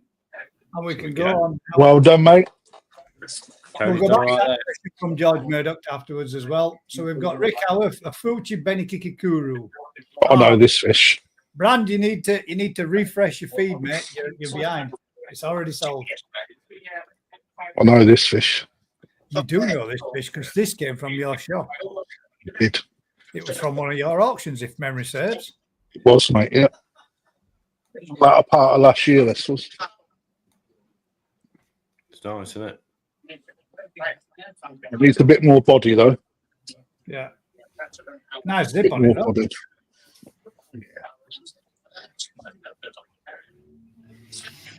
So how do we know it's not Whiskey Jacku? We'll go through a couple more of the fish that have been sent in. And Nice spins as well. We'll go to another couple of fish that are up for auction. So that one's Rick Howarth's first one. David Thompson's Shinoda Doitsu Sankey. That's got a nice shape, isn't it? Yeah, it has got a good shape. It's got a good body, that. Lovely pattern. Where did you get that from, Dave? Don't forget mine this week, Alan. I got a reminder, just come up on screen. That's Shinoda, I think he said. No, what dealer? Oh, I don't know. Does it say? Oh, pause it on the right. You've got the best sort of profile of the Deutsch ones we've seen. That's a good profile picture. If we could just spin it round the way, there's a nice still for you there. Perfect. Perfect aquatics. There we go. Why did I ask? You could have said if you'd have known. I thought you were as. That's got a nice body profile. That's a banger. Hasn't it got fantastic the sumi on the head, as he said, like that? It looks like a dog stood there. Does it change what it is, though, Matt? No, but it looks like a dog. Let's sell some more if it's got a dog on its shoulder. Oh, fuck's sake. And you're someone else that you're one of these people that looks in the clouds and says, oh, that looks like a smell. It fucking looks like a cloud to me. It's like one of your black labs, mate. It don't fit. We should sell it. Extra money. Yeah. Now you can see it. That is nice. See the dog? I can't. It lives on having a poo. How much of that room have you had? It's a banging fish, that, mate. It is a banging fish. How much did you pay for that? I mean, got it for like fucking 30 quid. Oh, New Forest Coys. Next one. See, this was for auction, but someone else nicked it before it went up. I can sit and see. That's nice. Down. Where was this fish, Rick, when I was down? Where was it? Yeah. It wasn't on show anywhere. No, I didn't. Sorry. I've seen a fish very similar sort of markings to that then. That linear pattern. Yeah, we didn't even go in the tunnel this one was in. Oh, you're hiding things from me. high things from everyone, mate. Because they try and nick them, don't they? Yeah. Have you seen that nice. comment? Lee Oliver says, I had a Deutsch Sukhoi that had a head as clear face of Hannibal Lecter. I soon sold it. I pulled this one out for tonight, a special, and then I can see why it's sold. And he was like, I want that. Yeah. Sorry, Lee. I don't have WhatsApp on my PC, mate, so I can't pull any. I use my mobile phone as a camera, so I can't. Let's start the bidding on that. There is no bidding, mate. It was going to be for sale, but it's already. I like the way, look at the way the brown goes around the whole gill plate. It's like mental, isn't it? That is a nice one. That. Well, I'm looking more at the body, mate, and the skin quality, and that's really nice as well. But he's going to be quality like is excellent. Fat body, small tail, isn't he? This is one of those. Here's what you could have had, mate. That's got a much better. Look at the size of it. It's better proportion than most of our Deutsch ones. I'll give you that. Yeah, that's about 35 cm knee size. And how much did it go for, by any chance? If you don't mind me asking. asking. Don't tell him. Well, it wasn't a lot of money. Don't tell him, mate. Anybody that keeps sending me photos through to my mobile phone, I can't do it because I'm using it as a camera. You need to either post them in the Facebook group or send me them on Telegram. Or send Gaz a webcam. Can't get a webcam in 4K though. That's the same now. Yeah, you can. That's already sold. That is the video. That's already sold. Yeah, sorry, my bad. And that's already sold. And that one's already sold. So this one being your last photo. That was the picture of it. That's the difference between a photo and a video. Yeah. But you've got that picture just taken as it's blowing its gills out. So it makes it look a bit more. Sorry, Gaz. But these are the things that you need to spot. That's the bit that you want to get it with its mouth closed and its gills closed, which is real sticking hard at times. The fact I actually got it in a photo when it was trying to jump out of the bowl all the time. But yeah, that's the same. Yeah, I know it's the ultimate winner, but it's not on, so it's gone. Right then, so picture, the next ones, right? I'll stop sharing them ones, and we're going to go on to Matt Howikoy's first one. Oh, So we'll stick us up there. Put that over the top of us. I don't know. It should stick us there, should I say? That's this is Matt Howikoy's first fish of the evening, which is Kikasui. You did the photo, Matt. This is a photo that he's got initially, but we also have a nice little video to go with it as well, which we can just put on. And we can remove that one. Look at this. There you go. Then we can have us up there. So there's Matt Howikoy's first one. So if anybody's interested, Matt, what would the starting bid be on this fish? £30. £30. £30, I hear you say. It's worth way more than that. Starting bid of £30. Anybody want to give Matt from Howikoy £30 as a starting bid on this one? Does it have a reserve, Matt? No, £30 start. From Sakasumi, handpicked. Yeah, he got the video the right way. Are you impressed? Because I was when he sent it me. That is for sure. Yeah, £30. Him in the shadow, definitely him. If you look on the my camera, you'll see that I did it about 5 times before I got it the right way around. It actually grew. I mean, let's face it, the colour in that fish is real good deep Shiroji, real good deep Benny. It's not going to change a lot, that pattern, is it? It's not. I can't see any weaknesses in it either. So, good little Deutsch body shape as well. And quite a magnificent pattern, Matt, actually. Yeah, I can see why you unpicked that, mate. Yeah. Skin quality. Come on, guys. That is far too cheap for this fish, guys.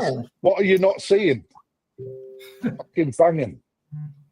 I got that one, Lee. Nice one. Nice koi. Nobody want to give any more than 40 quid for that fish, Kelly. Where's the timer? 50. Well, he can start a timer whenever he's ready. You can do it, Ricky, when you're ready. You can do it, Rick. £50 with Kelly. When I come back from the bathroom, we'll smack the hammer down. Skin quality is amazing. It is. Bright as a button, isn't it? Nice luster to it. Yeah, it's banging. No Benny in the pecs as well. Nice silver peck, beautiful. Yeah, that's a really nice fish, man. £60 from Stefan. Got them, bleed. Thank you very much, bud. You better hurry up because I can feel Ricky's just shaking at me. Oh, man, we need another 35 quid on that.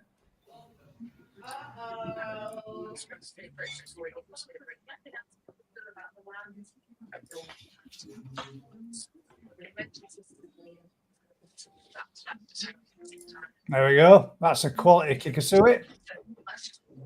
Well, this Klaus is a Marathon. Not really. No, because it's got a bonnet side of its head as well. So we're still at £60. Anybody want to give an advance on £60? Oh, this is a Japanese koi, guys. Not that people understand, but there's a lot more cost built into this. Hard to get right.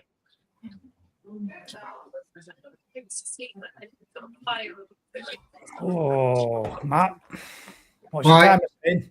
10 seconds. 10 seconds. 10 seconds left. 5.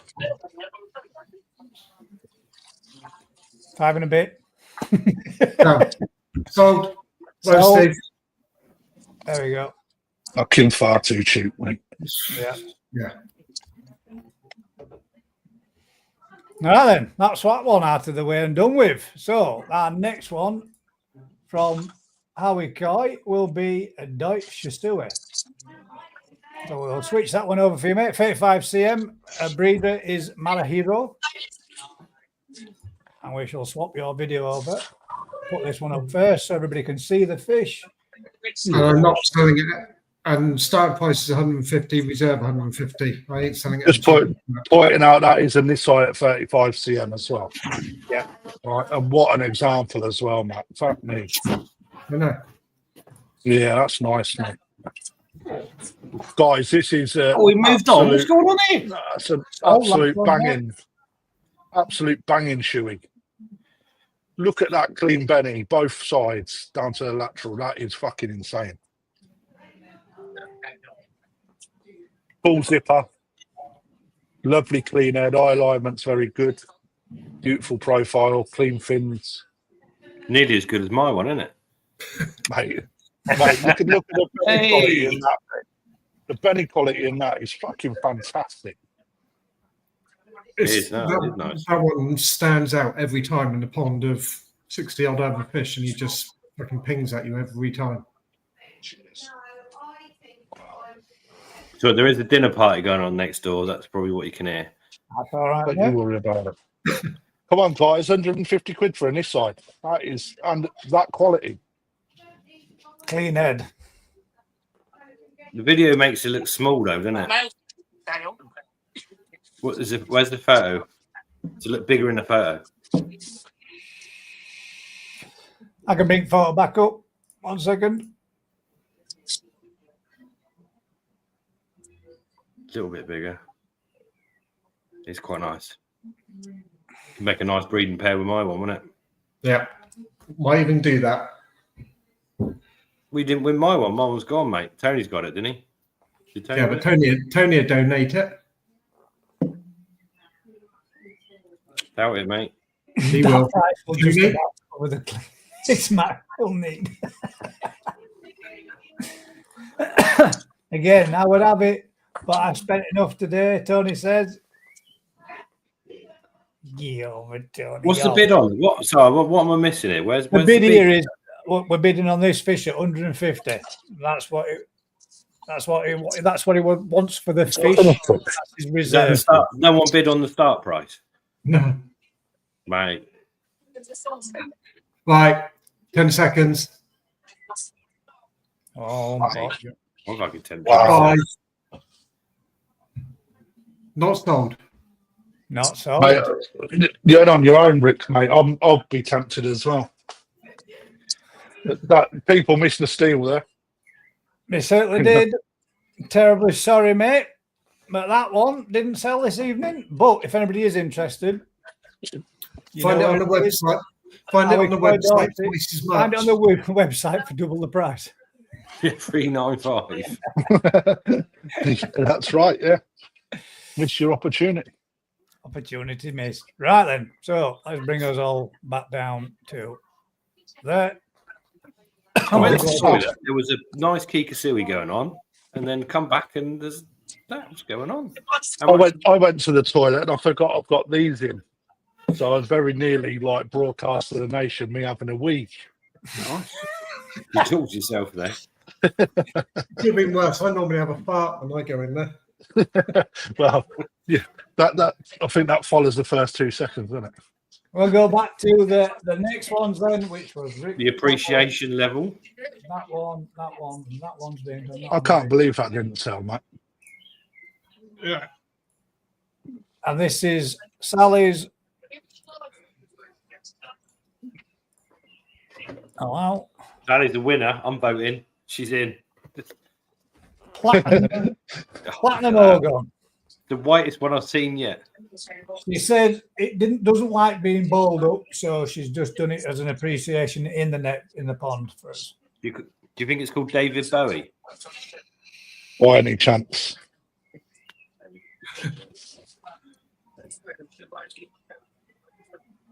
That's pretty white, that, isn't it? Pretty bright and vibrant.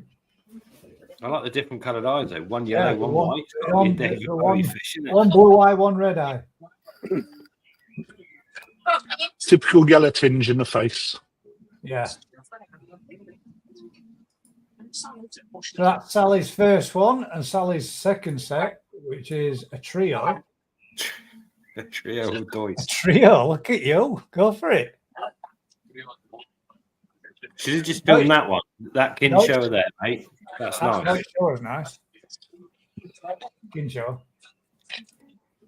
Kikasui. And what's the top one? Lemon Harawaki turn into a Kikasui. Oh no. Should have just been that one there. Just film that. That would have been a good video of that. That's the best fish in the bowl, isn't it? Yeah. How can you see Deutsch Kinshow like that? I'm not on Twitter, no. All I am, but yeah. Does anybody even use Twitter anymore? Yeah, they do. Another two. Another trio. Another trio. Oh, damn. Oh, no, at least from the Grow and Show event. They are, aren't they? And again, should have just picked the one with the marathon head pattern. Yeah, that's nice, that one, mate, isn't it? That's nice. Yeah, I'm a Tanishki. Yeah, I like that, mate. Nice balance pattern, good body.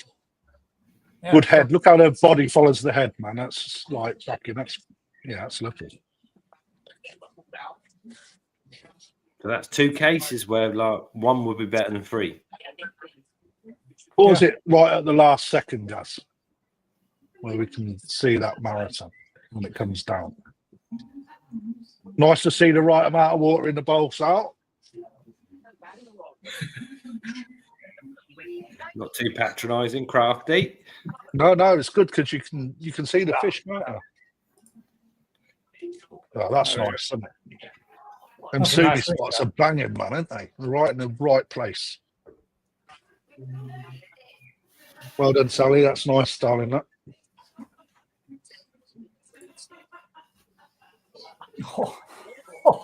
She's on a roll, there.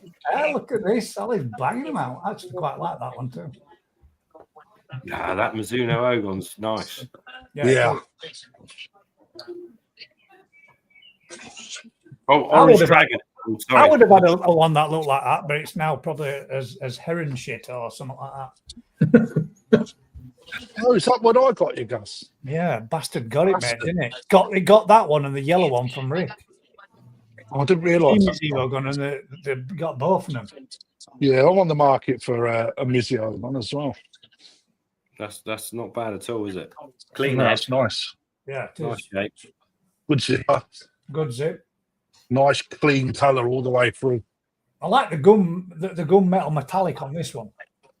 Yeah, it's matured well, isn't it? Yeah. They're so hard to sell, guys, when they're young because they don't look as finished as that. You know, it's like jigs, dust in the wind now, Gaz, bastard. Back to being carbon molecules, mate. Yeah, that's a lovely fish. If Sally had done each of those fish individually, it would have been better. Now, this is Sally's partner Jeff's favourite boy, the ugly. A Midori boy. A Midori boy that's big. You don't see this often. Guess why? That's why. No. I was having this conversation in the shop. I could have caught it. I'll kick it back. Or a splatter on someone's car. Yeah. Oh, man. I was having a conversation about Midori Goi. Matt, is that what my Midori guy is going to turn it looking like? Yours was handpicked by me. Oh, all right. Oh, yes, mine's always going to remain about that big, so it doesn't really matter. Should never really progress to rotten bananas. It's the problem with them, isn't it? You know, it's like I was having a conversation in the shop last year with the Midori Goi because there was quite a batch being pushed out, and it's a good size fish, though. But you never see them big, do you? In Japan, someone asked me when I went to Japan to get me a Nisai, or get her a Nisai, and it's like you just don't see them, and there's a reason. Richard Perkins, Benikikuru, New Forest Koi, 45 cm. Oh, that's shit, isn't it? It's a Benny Ryu, so to be fair. It's a Benny Ryu, yeah. It should be disqualified. Disqualified, wrong class. Yeah. Nice white skin, good black sumi. Yeah. The Benny could have lose it in the Benny, but other than that, a good profile though. Mate, yeah, still a lovely fish. It's what a Benny Ryu. So the sumi is lateral, so it grows down the fish rather than round it. So. My problem with that is the Benny on the head's darker than what's in the body, isn't it? What's in the body? That's what I was saying, Rick. It's that different Benny plate, isn't it? So when you hear people mentioning the Benny plate, it's the colour throughout the whole of the fish. It changes on this fish. Richard, I'll give you your money back for that one, mate. I'm sorry. Mate, £5 back. Michael Thompson's Shisui from what? From who? From Aoki. Aoki. Yeah. Aoki. The zipper's nice. That's got nice zip on it, hasn't it? Yeah. Did you see? And a nice profile to it as well. Did you see how much that Deutsche Shinoda Sankey went for? That was Dave Thompson's. How much I sold it for? 40 quid. 40 quid? Fucking hell, Crafty. That's only a little toes eye. It was grown on to look like that. 40 quid, yeah. I done Crouch Valley a little deal. Michael Thompson. This looks that's nice. Oh, that's nice. That is nice. That's a nice pattern on it, that. That's number one all day long so far. It is so far for me. I would have said same as well. So far, number one. That. I'm agreeing. Fucking hell, I'm agreeing. That's absolutely banging. Nice. That's lovely. Now the head pattern on that fish. Imagine that fish without a head pattern. You know, and how good that head pattern looks on it. You know. Yeah. You take the head pattern away, it loses so much. Oh, that's a fantastic fish, mate. Yeah, it is. That's very nice. That's one of the few we've seen that was at the national, whatever it'd be like. Yeah. No, best Deutsch fucking all day long, isn't it? Yeah, that's excellent. Good skin, real good luster, good colour, good white, clean fin, really nice clean fins, good shape as well. Right then. Is that the last one? No. We're gonna go to the first. We've got to sell one. yours, yeah. Let's sell some of yours. Just gonna literally. Yeah, come on, guys. Where's yours? Settle down. Settle down. I've run out of Stella, man. Sally, send another box over. I would like to say that. He would have a Photos special. over here. Right, ladies and gents, while these lot chelp away in the background, these are going to start at 60 quid, these first two. And the first one is going to be a little, let's bring up a little picture of it first. It's just a little Deutsch Kahaku, nice little fish at 19 cm. Oh, Takahashi. Do you remember Takahashi's castle? Takahashi. So that is our first little one, and I'm going to bring you up a little video. And this fish really did do some moving around it bowl. Not so. I tell you what, his fish out in Japan were absolutely outstanding this year. Starting bid, ladies and gents, of £60 if anybody is interested. Nice, mate. No, it's banging. Yeah, nice little pan on it. Nice little profile. Good Clean little body. dorsal. Look at the dorsal stood up like that. Look at that. Yeah, look at that. Fucking poser. Oh, can they have the video, Gaz, if they buy it? You can have the video to play it as well, yeah. Mate, that's a nice little. Yeah. And this How is much one to keep that still? I picked all these. The last one I might get in trouble for. We've not got a £60 bid yet. We're not going to £60 bid, mate, no. Mate, I don't understand. I don't understand it. Look at the pattern on that. When you've just seen Michael Thompson's fish and how interesting the pattern was, you know, this is just as good. Great little Rudolph nose, good Benny patch on the shoulders leading into the head between the eyes, and then a really nice balance of Benny all the way up. Skin quality is excellent. You can see that in the fish. Clean pecs, no Benny leaking in. Good pec shape, good head shape, nice aligned eyes, and a really good fucking video as well, guys. Well done. And off of my mobile phone. Perfect, mate. You know, look at the profile for it as well. For because I didn't have memstick. Deutsch fish, it's got a decent length in the tail, which means that when they grow, they'll hold their profile better. You know, overall, a really, really good fish, man. It's top. This is going to be. Come on, guys, where's your billing? Get your hands in your pockets. Come on. What are you saying about the old Benny underneath the skin at the back of the pattern on the Deutsch one? I might have been in your reverse, mate. Yeah. What did you say, Rick? Sorry, mate. It's like Sashi in reverse on the Deutsch ones, where you can almost see the Benny at the back of the pattern under the skin. Yeah. Yes. Yeah, I see what you're saying, mate. Yeah. Come on. Wow. Depth of it, isn't it? How much is that? What's the starting big, Gus? 60 quid. 60 quid for a little 19 cm Tosai. That's a banger, that, guys. I can't bid no more. The wife's watching me. Just keep. Fish just keep still in case you drop the phone in. Oh, have you got a photo of it, guys? Do we have a photo? I have got a photo of it, yeah. Give me 1 second.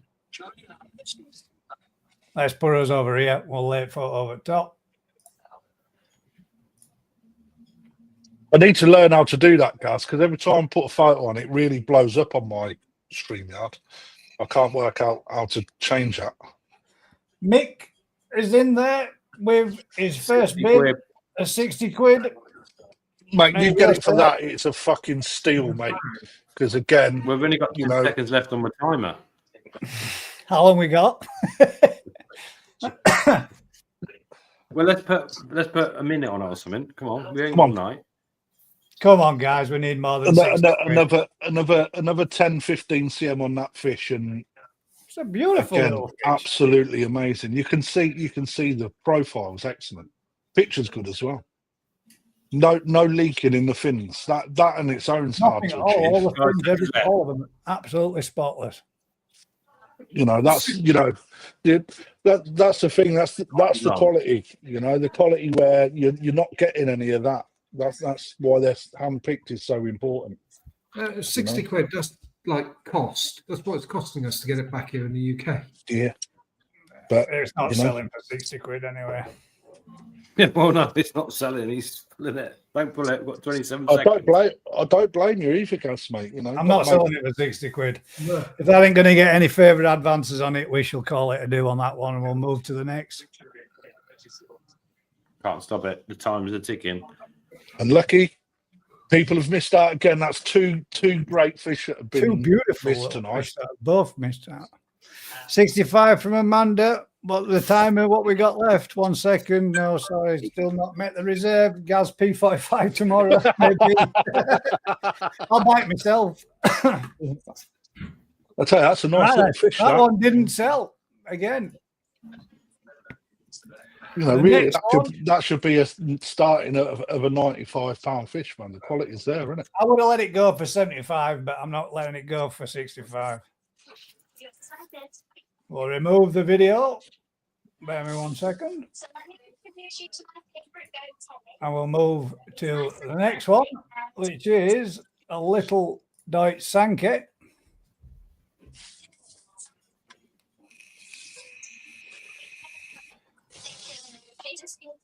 Did you take that photo, Gus?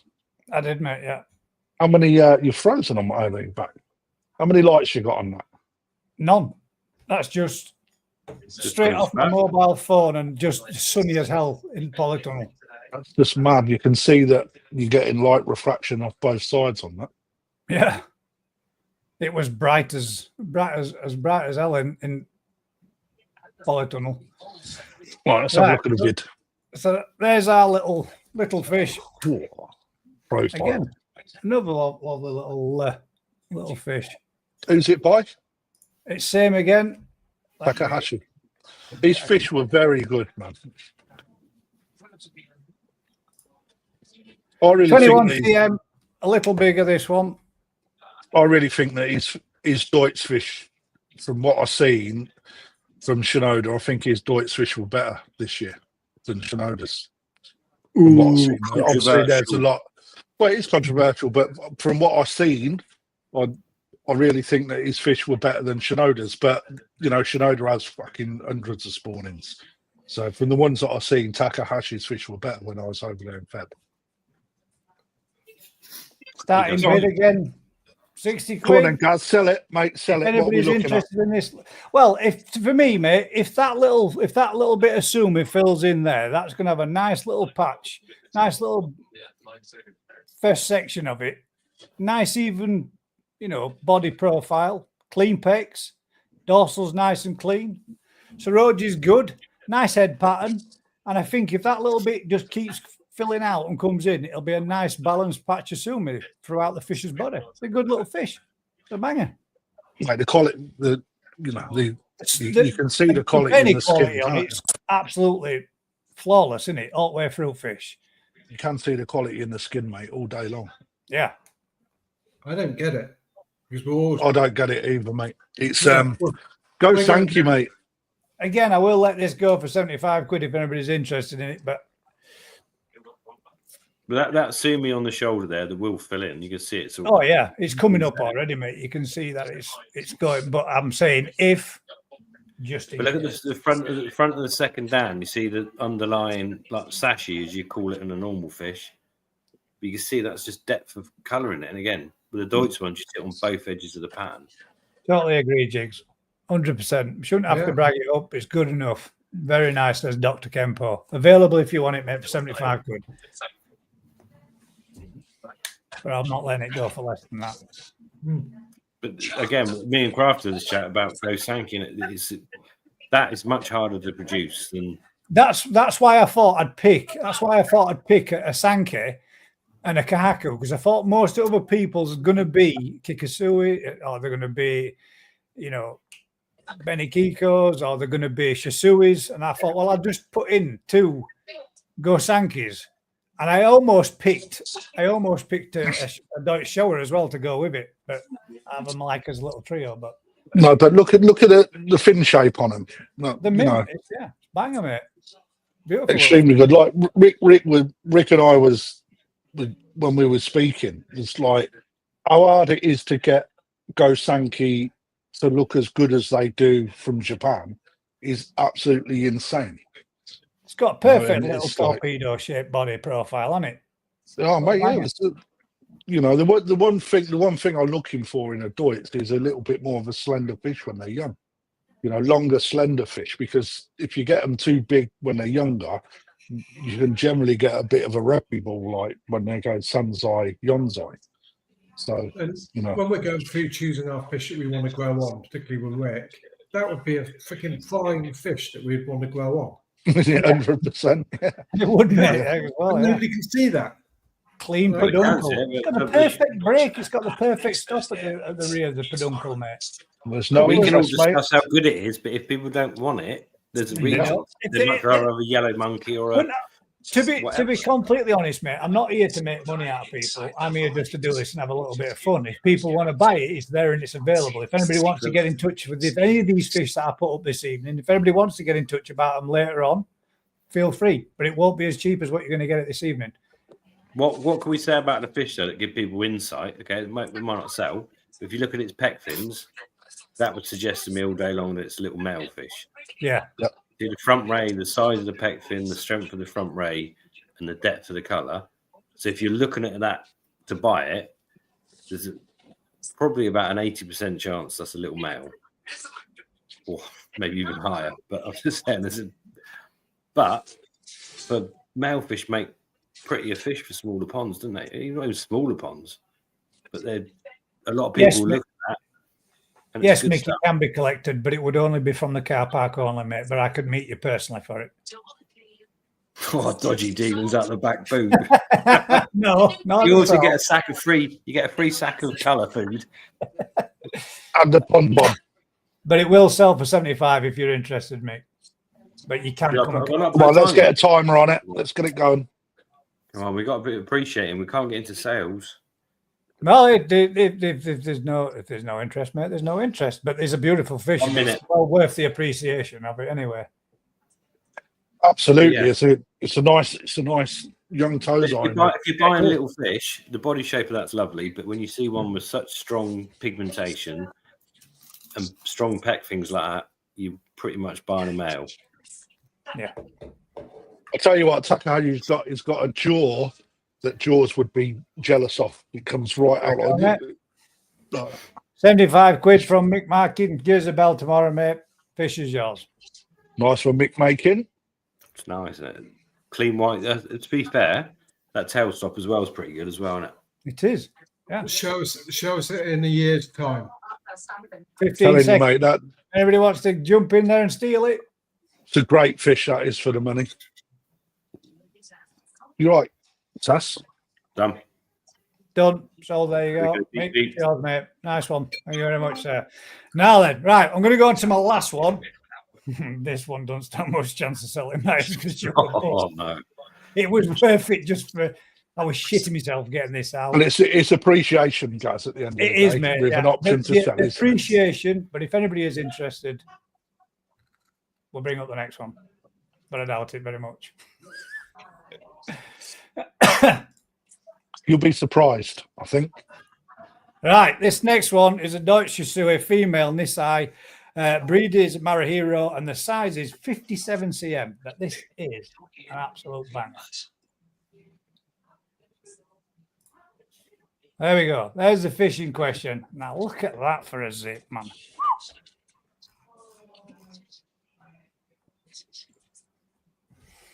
What's starting, Gaz? What's the starting? Do you want to know what the starting bid is? 195 quid, isn't it? Right, all right. This is £1,200 as a starter. But it's more about the appreciation. We can all appreciate that. We certainly can, mate. It's a stunning fish. I think we watched that out in Japan, mate. At Marahiro's in the pond. No, you didn't. This has been in our pond since before I started there. So. Yeah, he had a couple in his pond, like spit of that were just mental. Yeah, sorry, mate, but this needs to find a home. I enjoy feeding it too much. I'll have 4. But that is, Lee Oliver, 500. There we go, mate. You're a bit wet. You're a bit out, Lee. But to be fair, that is a show level fish, isn't it? That is quality. Yeah. Mark says there, that's quality. It's got your name all over it, mate. Mark can't afford. He's got 100,000 kids to feed. He's bankrupt, mate. Well, if you buy it tonight, Lee, you might get it cheaper, mate. I'll take the scalation on the shoulder, mate, is mental. I'll take 1,200 for it, Lee, and it's yours. But that is lovely fish, isn't it? That. Yeah, that's. Look at the dial on that. Who's the buyer or who's out the buyer or seller? What? That's exclusively koi, mate. And the breed is Marahiro. And as Nisai at 57 cm, it's one hell of a good size fish. But it's got everything in it. I was shitting my pants taking this out of there. I really was. Yeah, well, you can't really knock it, can you? If you want, I don't know. It's just banging, isn't it? It is. It's Shisui, isn't it? It's proper. Can you rent it out for a bit? I when push my luck putting it in a bowl, mate, and taking a photo of it and video. I only need it for like 2 or 3 days. let the profile of the fish is what you're looking at on it. Yeah. When you look behind the gut, you can see it doesn't pinch anywhere. There's a nice tapered shape to the fish where it comes in. No movement at all. You know, it's like that in itself on a Deutz fish is hard to achieve. So, you know, fucking when you look at the body shape, it's absolutely fucking insanely good. And then couple that with a zipper and the depth of colour, clean shiroji, you know, it was fantastic, isn't it? What an example. And that's when you see Deutz like Shisui big, they blow my mind. They look fucking fantastic, but it's getting a really good one. I've got to put that in bowl, mate, because at the end of the day, that fish, the body profile that it's got and its size only at 2-year-old, it's a good frame. It's mint, and I thought I've got to get it. We've got to get it in the bowl. Got to appreciate the quality of it, if nothing else. Yeah, I mean, if anything, mate, it's a great learning fish, isn't it, for body shape? Yeah. You know, when you've seen, you know, and this is what I think the appreciation's missed, where you're seeing people's fish in their ponds, which are excellent, like nice pond fish. And when you show a fish of the quality like this, and you can really appreciate body lines and head shape and peck shape and depth of colour, you can see the contrast between the two. You know, for me, that is, It's little details, mate. It's the red eyes and the head pattern as well. It sets it off nice, doesn't it, with the red eyes as well. It's the depth of the colour, mate. That's just fucking insanely good. He knows how to pick them, doesn't he?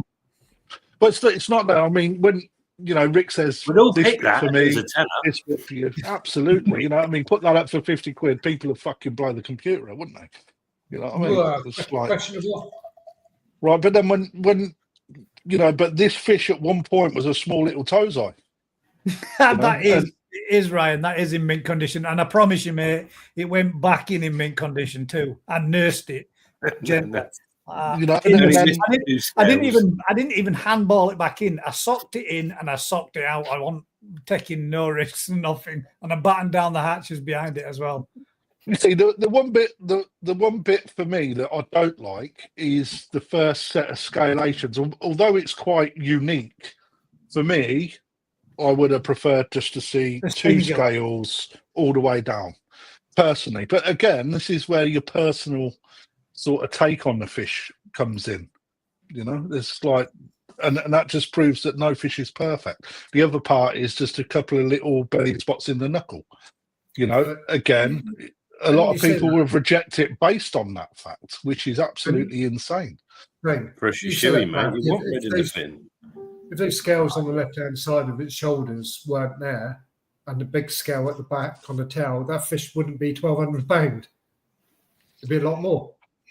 Yeah, oh yeah, I know, mate. That's what I'm. Yeah, mate. That's, you know, I'm just pointing out, like, you know, we sit and look at people's fish and we say this ain't good, that ain't good, and you get an example on here like this, right? Yeah, that's amazing, but there's still imperfections. So, you know, what I'm getting at is, you know, you can't get the perfect fish, but for Shisui, fuck me, man, what an example that is.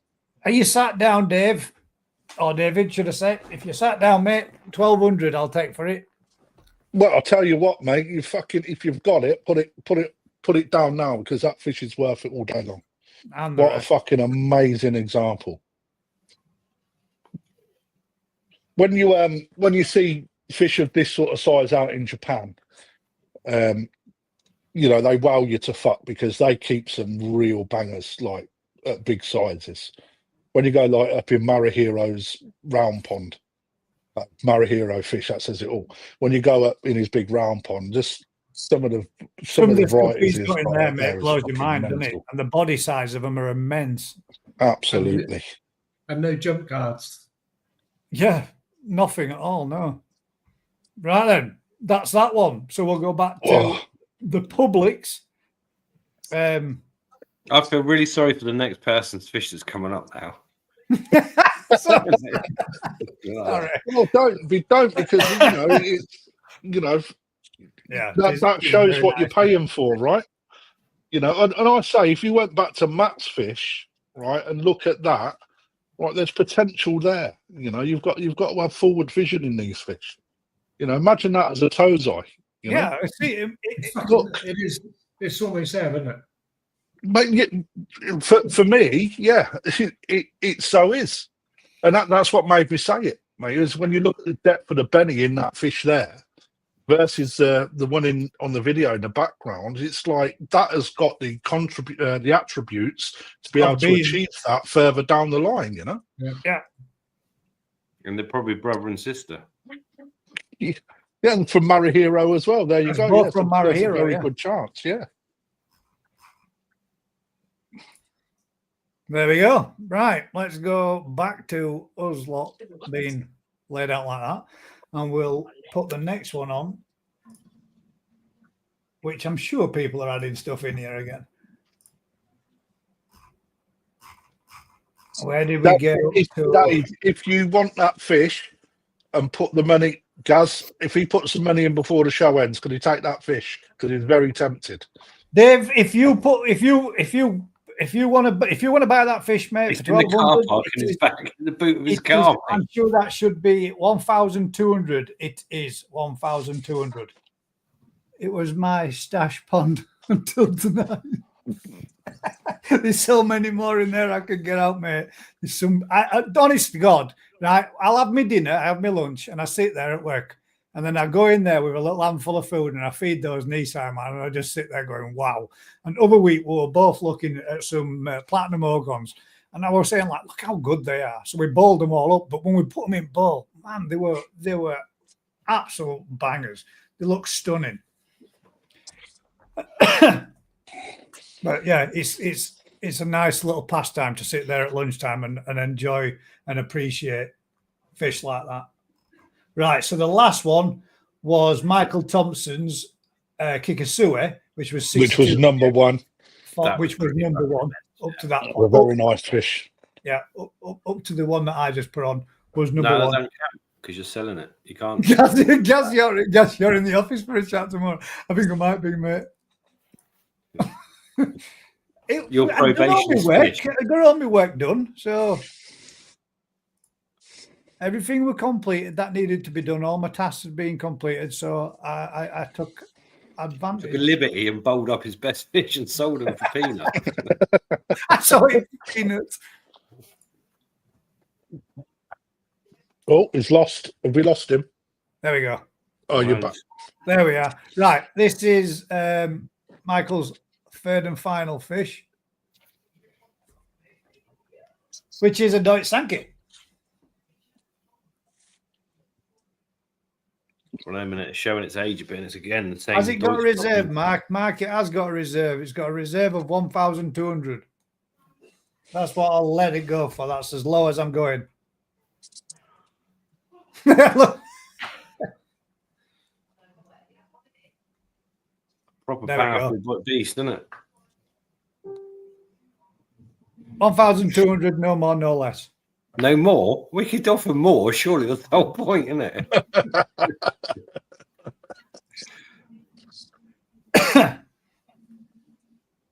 First man to put it in this evening gets that fish. So that one was Michael Thompson's last one, and I'm just going to refresh this just in case anybody else has added any in late there. Where's Vince and Tony hidden theirs then? Emailed them. They've sent them me all on Telegram. We've seen that. We've seen that. We've seen all them. Seen all those. Sally's. Trying to make sure that was the last. Oh, no. Oh, we ain't seen some of them. Here we go. There we go. Little Deutsch Platinum Ogon. We ain't seen any yellow yellow dragons tonight. There's a white dragon. Look, How's that a white dragon? It's got fucking loads of scales, mate, on its shoulders.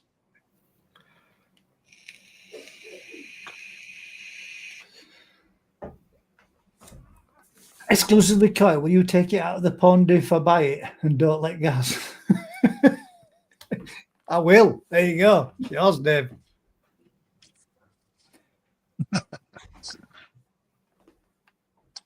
Nice example, isn't it? Very clean, isn't it?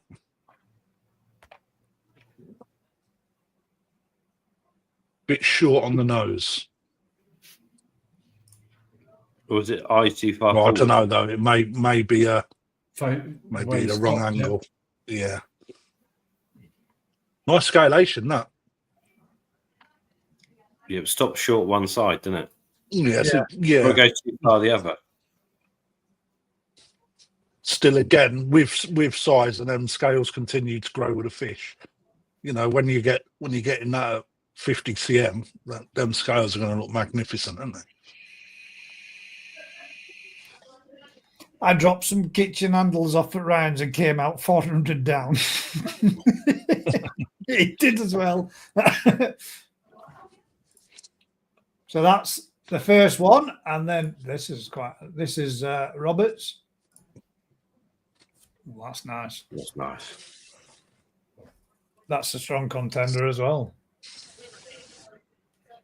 I like that. Whose fish is this? It's Rob's. I had a fish similar. I had a fish like this. That's nice, that, mate. I like that one. I don't know if it was mine or not. Rob does come down ours sometimes. Yeah, look at that. That's a nice picture. That's a nice picture at the end when it perfectly stops as well, Rob. Again, look at your body line on that. That's really nice, real good body line. Yeah. Banger that one, Rob. Lacks a little bit of head pattern. You want my left? Yeah, man. Tony's New Forest Koi. Oh, well, that's not a bad fish either. That's a nice fish too. Good skin. Do it down. Do the fish down. Turn your picture upside down before you send it. Oh, mate, that's clean as a whistle, that is, isn't it? Yeah. Yeah, the pattern on the shoulder, that little bit oils it. Yeah, but that looks like it looks like a little fish. No, it looks like Casper the Ghost, doesn't it? On the shoulder. Casper. But a really nice balance to it. Whether that little splodge is there or not, you can't take away from. Yeah, that gives a perfect balanced pattern, really, doesn't it? Yeah, it does, man. I don't. Yeah, that's a good quality looking fish. Skin's really nice. Good Benny, good Shiroji. Nice shape. I'd still prefer to see it head down though. Have we not got a video? That's a Deutsch Kahaku. It is. Well, yeah, it is. It is because it's not white in the base. It's translucent, aren't they? Yeah, there's no metallic. Well, that's why I'd like to see a video, but it doesn't look like them fins are metallic. I must confess, all the Deutsch are my wife. She picked them out. So she's done well. She did. Let's have a look. What's his award? What's that? Kikasui, mate.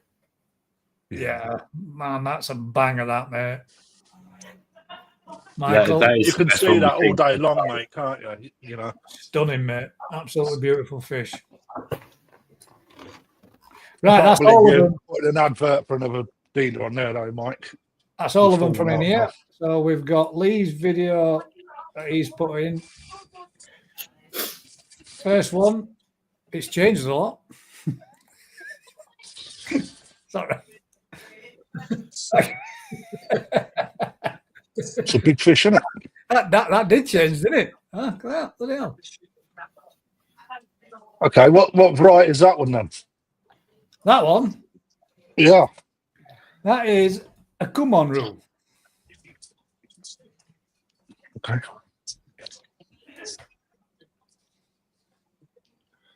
Or oh, my brain's gone now. Why? Roe. What are they called? Ikaguri. Has it got a red belly? No, I don't think so.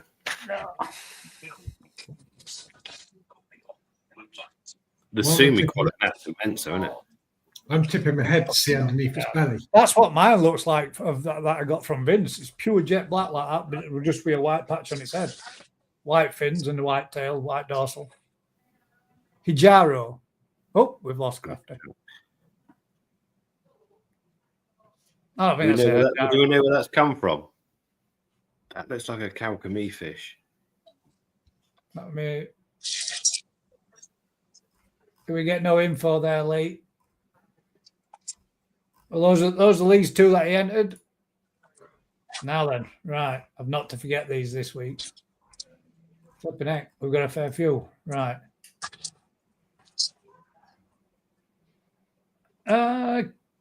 Kikajaku. No. Kikakuryu. Kikakuryu. Kikakuryu, yeah. That's from the Marasaka ones.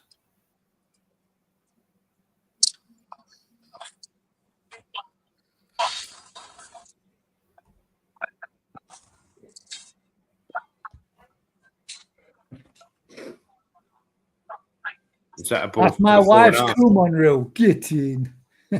Yes. And the Oliver said it has got a red belly. But it has got a red belly. Is it? Then it's a hijaro. What is it? No, it's not a hijaro, mate. They're black and white. That's what it looks like without a red belly. That's quite nice. Is this the same fish that got bigger? Do you reckon? Nah. Totally different scalation. Yeah. Different fish. You look at the head pattern as well. Quite like that, though. Same variety. Yeah. Kikikuru. And is that the same one? That's a photo of that one. Yeah, there we go. There we go. Another one. Whoa. Very nice. Again, yeah. Another nice example. Lacked a little bit in the scalation, didn't it?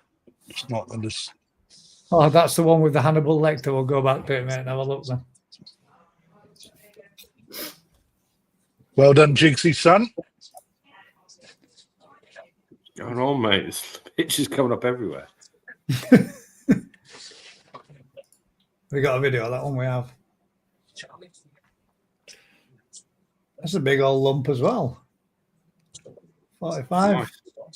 Really nice body line as well. 50 cm, just shy of. Look at that. That's lovely. That's got Lovely a good body line. profile, that, hasn't it, as well? Oh, really good. I'm not being silly here, but is his eyes offset? No, perfect. All right. It's the pattern, the way the pattern's going, mate. That's To be nice fair, look, the amount of rum you've had, Matt, it's probably your eyes. That's what I was just thinking, but I didn't want to say it. That's just the black screen for me. Refresh it, Matt. It's pretty, that is. Yeah, that's nice. That. You can't say pretty, mate.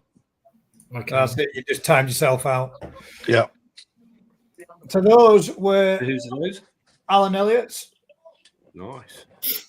Lee's sent us this one. This is the one that has Hannibal Lecter. He fucking has as well. Oh, wow, I see that. Yeah, yeah. Look at that. Yeah. Did it eat all your other fish? Once you've seen that, right, you can't not see it anymore, can No, you? you can't. No. As if, man. Right then. So then we've got. Oh my God. Tony with far more koi than what he should have. First one, don't show it. See why you sold it? Yeah, yeah, I can, mate. I recognise this. Quality, innit? Yeah, it's nice. Is that the first show we've had? There it is, mate. Yeah, first white show. That was the winner then. Could do a little bit of Benny pattern down Benny in the back end. It's just lacking a bit of balance at the back of it, isn't it? But nonetheless, Saroji and Sumi's. Imagine that with a little bit more red in the tail. Yeah, it'd be perfect then, wouldn't it? It'd be lovely. Yeah.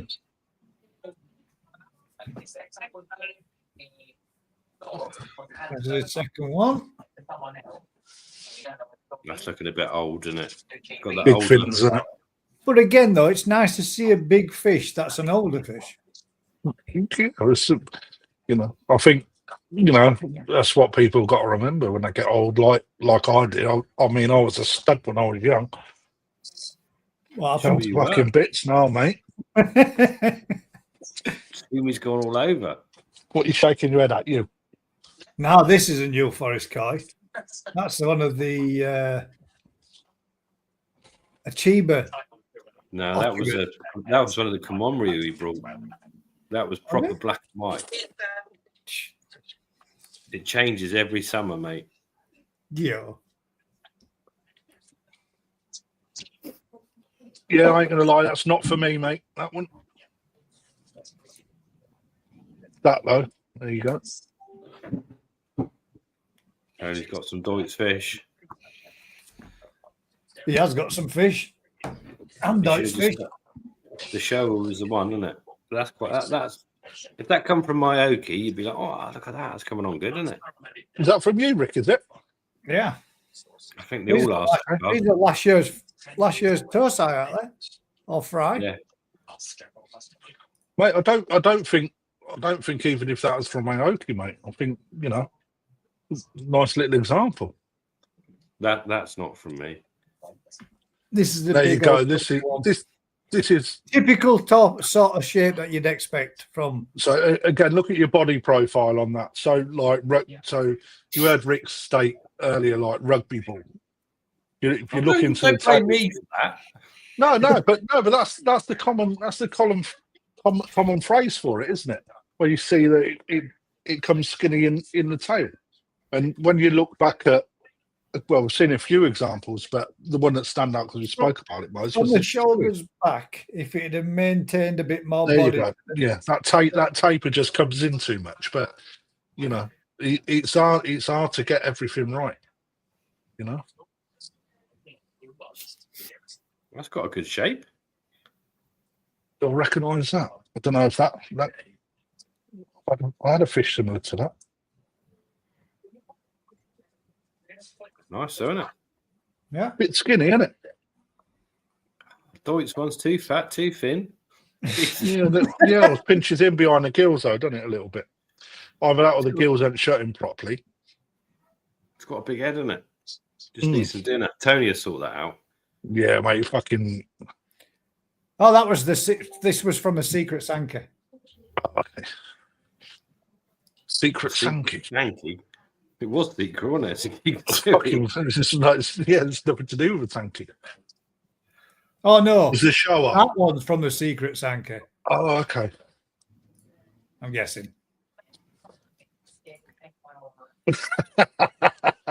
See what Jigs is right. Good thing. Filled out since the secret Sankey event. Jigs, you coming to the National again this year, mate?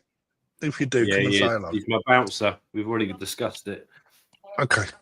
He's blocking doors. That's another New Forest car. It's got to be. That is, yeah. So was the Kikasui, to be fair. That's one of the Gimrin ones. Like he's been chavving them as well. Him and Vince are as bad as each other. Lee Oliver, mate. Lee Oliver. Let me put this on. Go on then, Gaz. I'll take Ryan Shisui. Get in. Ka-ching. Oh. Thank you very much, sir. If you haven't already been beaten by the other gentleman beforehand, or whether or not he was being serious, whether or not he wanted Ryan to take it out. If it is, mate, give us a bell tomorrow. And that fish. Well, you need to seal that, Gaz, to find out whose fish it is, mate. Yeah. Come on, Gaz. You've just sold it twice. I sold it twice. You can't say, if it was. Just duplicate it in the morning. Is that what it's going to look like next week? There you go. You got another one. I'm just going to go. Just go with that one, mate. Just send him the wrong fish and say, what you on about? Koi change, you know. The last ones we've got, hang about, we've got another one coming there. No. Right. The last ones we've got then are from Vince. Damn it. I have to just download that video. Sorry. What are you saying sorry for? Now these are the Ginrin Shisuis that were produced last year at New Forest Koi. And these are Vince from Twisted Kois. I like the Guinea of Shisui because when they're swimming towards you, you don't see it. But when they turn and swim away, it pings, man. That was quite nice. You shouldn't have that one. Yeah. Has he stolen that, Rick? Hang about. These are ones you put into the bowl of doom. Turfed them out, That's mate. what he says. That's what he says, though, mate. He sneaks the fuckers in. I know he does.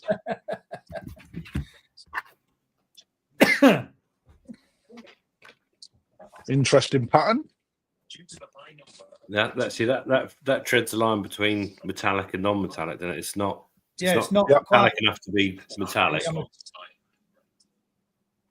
That's why I turfed that one out into the bowl of doom. Let him have that one. That's not a Deutz. It is. It is.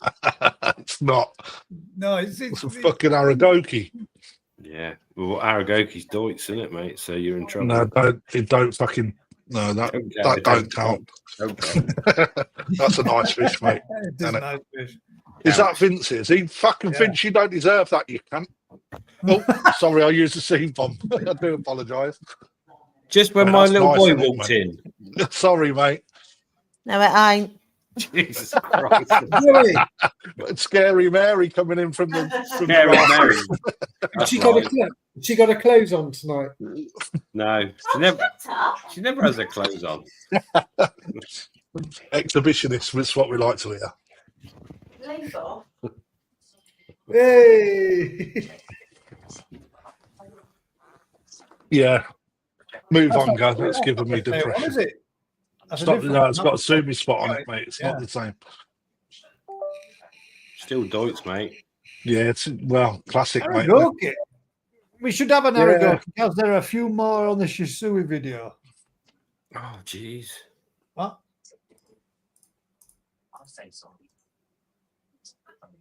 Yeah, that blue one's nice, Rick, isn't it? That's all I've got, Vince. Yeah, you like that blue one, mate. Good body, isn't it? Not that one, the other one. Yeah, the other one, yeah. I must have gone for a quick wee and he's skipped that into the bowl of doom.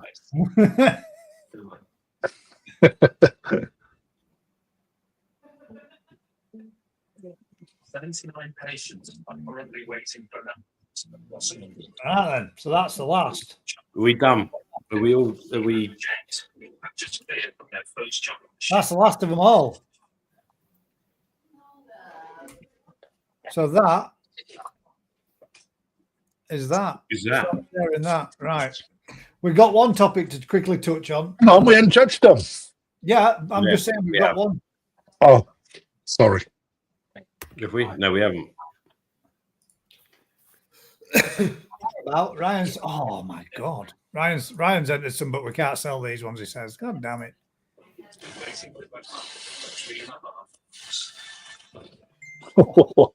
Look at that.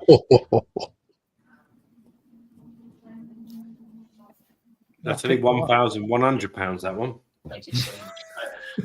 Place your bids. That's nice. Oh, that is lovely. That Sumi is in such the right places on that middle Dan, isn't it? Look at that. What does that get judged? Perfectly a bit saddle, isn't it? We're all going, that's lovely, right? That's a lovely fish. But what does that get judged under? The metallic lush is not good enough to be competing with metallic, surely. And yet, no, it's not. But pattern-wise, and look at the skin. The white skin looks amazing, doesn't it? No, I agree with what you're saying, mate. Still got work to do on the body. This head's still got loads of work to do, isn't it? Let's face it. But the metallic lush is never going to come any better than that. So if you want to get on the head, but yeah, head's uncertainty, and it's heavy Sumi presence. So that wins. That's fantastic. Wow, that's nice. Now we'll take 4,700 for that. That's beautiful. That's fantastic, mate. 4,700 yen. You can have it tomorrow. I'll take it at that price. I'll have a box of them. That's stunning. Look at that, mate. Even the Sumi in the dorsal, and that really sets it. Oh, this one had a video too. Sorry. Oh, look at that. Shit. But these are disqualified, Gaz. These are just for the appreciation of it. They're just sending these in to appreciate, but they don't get entered. Late entries, but man, what some entries they are. It just shows how good Deutz can be. Yeah, really does, doesn't it? Again, you've got to have forward vision, haven't you? You don't want to be buying them like so good when they're young. You've got to let them develop somewhat. It's keeping the skin nice on Deutz that's very difficult, isn't it? But do you know what? I'd still think I'd have Matey's Kikasui. That was immense. That's my number one. Mike Thompson. Yeah, easy number one. I'm just double checking for you now, Lee, to make sure if the other gentleman, what was the other gentleman called? I don't know. I think Lee has put he'll take it, mate. In the comments, it's whether the other guys put it in there. If he's and hard, then he's lost it, hasn't he?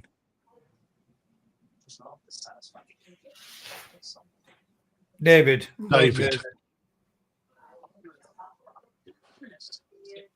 Getting little bidding war.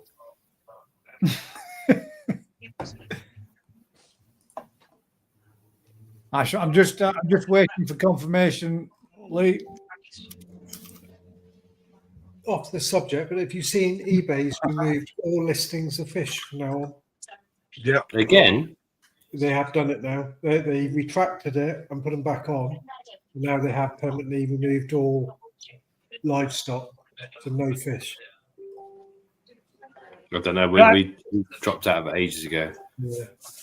Confirmation, Lee, is it's your fish, mate. It's sold to you. If you want that fish, mate, it's yours. Just make Cash sure only. you bring your SDS drill to give me an hand, hang the cupboards in the kitchen when you come to pick it up. But nice one, Lee. Thank you very much, mate. So, boom. Got that. Right, we had one more quick question that was in the comments that I wanted to just touch on for that individual. Don't Crafty's fish yet. He didn't bring any. He isn't. Didn't partake this week, mate. I haven't been at work, mate, for the last 2 days. I've been weekend off. Ryan, he says I can borrow the drill for 1,100, and he said I owe you 100 quid. Yeah, that's a bargain, mate. I think that's a fair trade. Fair. Well, a good tradesman and his drills were at least that. I'll take me on in. You're all right, mate. Where was the question? And then we're gonna wrap up. Oh, Hang on. What was your best fish, Gus? Come on. What comes second? That's what I want to know. I think there was a clear winner. I'm going to say this would be my number 2. I mean, obviously, I put my own fish that I picked as being the number 1, but that was just a cheeky. I might be in trouble. No, that don't count, man. No, exactly. That's what that I'm saying is going to be my number 2. I quite like that. I thought that was a nice. What's your number 1? I'm going to go with the Kikasui. Yeah, Mike's Kikasui was easy, number 1. Mike's Kikasui was stunning, man. Which was my number 2 was the Deutsch Sankey. I thought it was right at the end, Gaz. No, it's around there. It is. That is mint. Yeah, that's it. Fabulous fish, that. Absolutely fabulous. Leave the kitchen then. That is mint. That's beautiful. Head pattern on that is just quality. Makes that fish. Yeah, but it's everything about it, isn't it? Everything about it. Every bit of colour on that is the same hue, the same shine. It's just. But that what draws me to that shocking head video, pattern, isn't it? and the little ticks over the top of its eyes just look amazing on it. If there was enough water in the bowl and a decent umbrella over the top, it would look even better. Yes. Well, I weren't going to say nothing because I always get slammed for my comments. If a fish can win in half a bowl of water with shadows everywhere, it's got to be good, isn't it? The thing is, man, if that had the right amount of water in, so you can actually see the fish for the fish, rather than fighting with the reflections. It's definitely my number 1, and my number 2 was. What was your number 2, Rick? I can't remember anymore, mate. To be fair, that probably is it. No, it might have been that Gaz's Shishui just sold for 1,200 quid was pretty good. Yeah, the Shishui was pretty good, but it's not pretty good. It's very good. Lax head pattern. The rest of it. Yeah, if it just had a little bit something more here to give it a bit more of an head pattern. I don't think that needs head pattern, that fish. I think it looks good. Fish needs a pattern on the head. Why? Because they're patterned. So it has to have a pattern on the head. Yeah, that's on the back of the gill plate. That part there is extended. This part's extended. It lacks it. It's lacking. I would agree. If you add more, it would make that fish even better. So, but my number 2 is the Sankey from Dave. The Sankey, hang about, sorry. The Shinoda Sankey. I was going to vote for it, but then I realised it was yours, and then thought I'm never voting for that. That's got a good shape, good quality. The Sankey. Yeah, Dave Thompson. Not Dave. Simple two-step pattern. It's got a bit of a bent fin and a wonky tail, from what I'm missing. The wonky face. But it is pretty tidy. So, the Maritime. No, Chris can't see what you're looking at. No, it's It's a bit further down than that. It's after Chris's fish.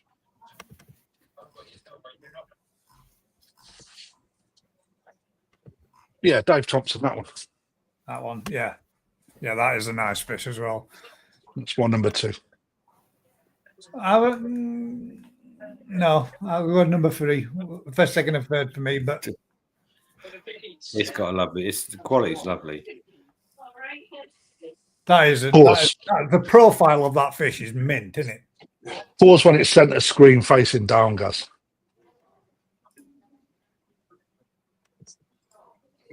Good pause. Yeah, fantastic. It's nice. It's nice. There we go. Slightly better. Straighter. Yeah. 40 fucking quid. 40 quid, man. What, one of your auctions? That's a bargain. No, mate. I done Crouch Valley. They done a little grow and show. You've done Crouch Valley done you from the sounds of it, mate. Oh, mate, yeah. Yeah, mate. They bought a lot of fish, so I give them discount. So, yeah, they had a pick out. Yeah, right, and some good fish they done as well. Quick touch on this subject. Question. Because I am running over and I'm going to get in. Where's that question we had? There was a question. Done the water changes one, and it was from George. Quick question for tomorrow night. Is it safe to treat for blanket weed with salt in the pond? And if so, what's everyone's go-to treatment? Yes, it is. And Colombo Algazin I use. Yes, it is. And blanket answer is what I use. Yes, it is. And blanket answer is my go-to as well. Rick? Yes, it is. Yes. And he doesn't use blanket weed treatment. He's got. I use a lot of blanket. He's got Vince to pull it out. Blanket answer. So we got blanket 3 ones. There you go, George. It's safe to use, mate. And blanket answer tops 3 to 1. Use your Michael Thompson, look. The Thompson brothers first and second. Oh, there we go. Happy days. No. None of us voted it second. Oh, I did. That's all that matters. Well done, Mike and Dave. Everybody's sending me stuff to me emails, and I'm not getting them. Why the hell? I'm gonna have to apologise to Rocky Boy and to Susan. I will check my emails and see if there's something going on. It is a new email that's set up. It might not be coming through to me. Oh, Rocket Boy sent you some stuff. Yeah, he did. Tell me he sent you some stuff. Yeah, he said he sent it through to my email, but so did Susan, and I've not received any of them. So I don't know if that email's set up right to get what it should be getting. I'll have to check it. I apologise. Gonna have to get the T-shirt out, says Dave Thompson. Right then. Thank you very much, everybody, for joining us this evening. Thank you very much, Lee, for keeping me in a job, because I did get that fish out and I probably shouldn't have done, but that's probably just saved my bacon. The usual thing, guys. If you've been enjoying this kind of content, do us a huge favour. Like, share, subscribe, tell a friend. And until next week. Oh, actually, no. Matt. You think it's all over? Pick a variety. Kajaku. Oh, that's a good shout. Good shout. Kajaku. Next week's Koi Appreciation will be all types of Kajaku.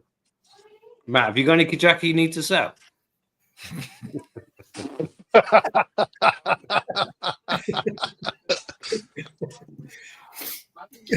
Don't worry, you won't do it on this channel. Yeah. No, not at all. We're not here to sell fish. We're here to be. It's like a therapy group, isn't it? That bit at the start, I did feel like. Hello. I don't know. I've come on here and got I've been I'm addicted to fish. Years. My name's Rick. I'm addicted to koi for 33 years. 33 years. I've been trying to get over it. Like what we're going to say, guys, thanks very much, everybody, for tuning in this evening. Thank you very much for all those that did send the videos through. Apologies to those that I didn't get, which is Susan and obviously Dave's. I will try do my best to make sure and check what's going on with my email. I'll tell you a way of doing it, Gaz. Go on. Just if they just send you an email without attachments. Yeah, and seeing if it's come through there. And then you respond to see if they can do it. He's done it as well. Sorry, Trevor. I apologise, mate. I shall look into it and see if somebody can just send me a test email. In fact, I'll get my wife to do it when I finish to make sure it's still working. Usual thing, guys. Like, share, subscribe, tell a friend. Till next week. Keep smiling, guys. We'll catch you on the next one. Good night, all. Good night. Stay safe, you cricket bats. Till next time. Until then.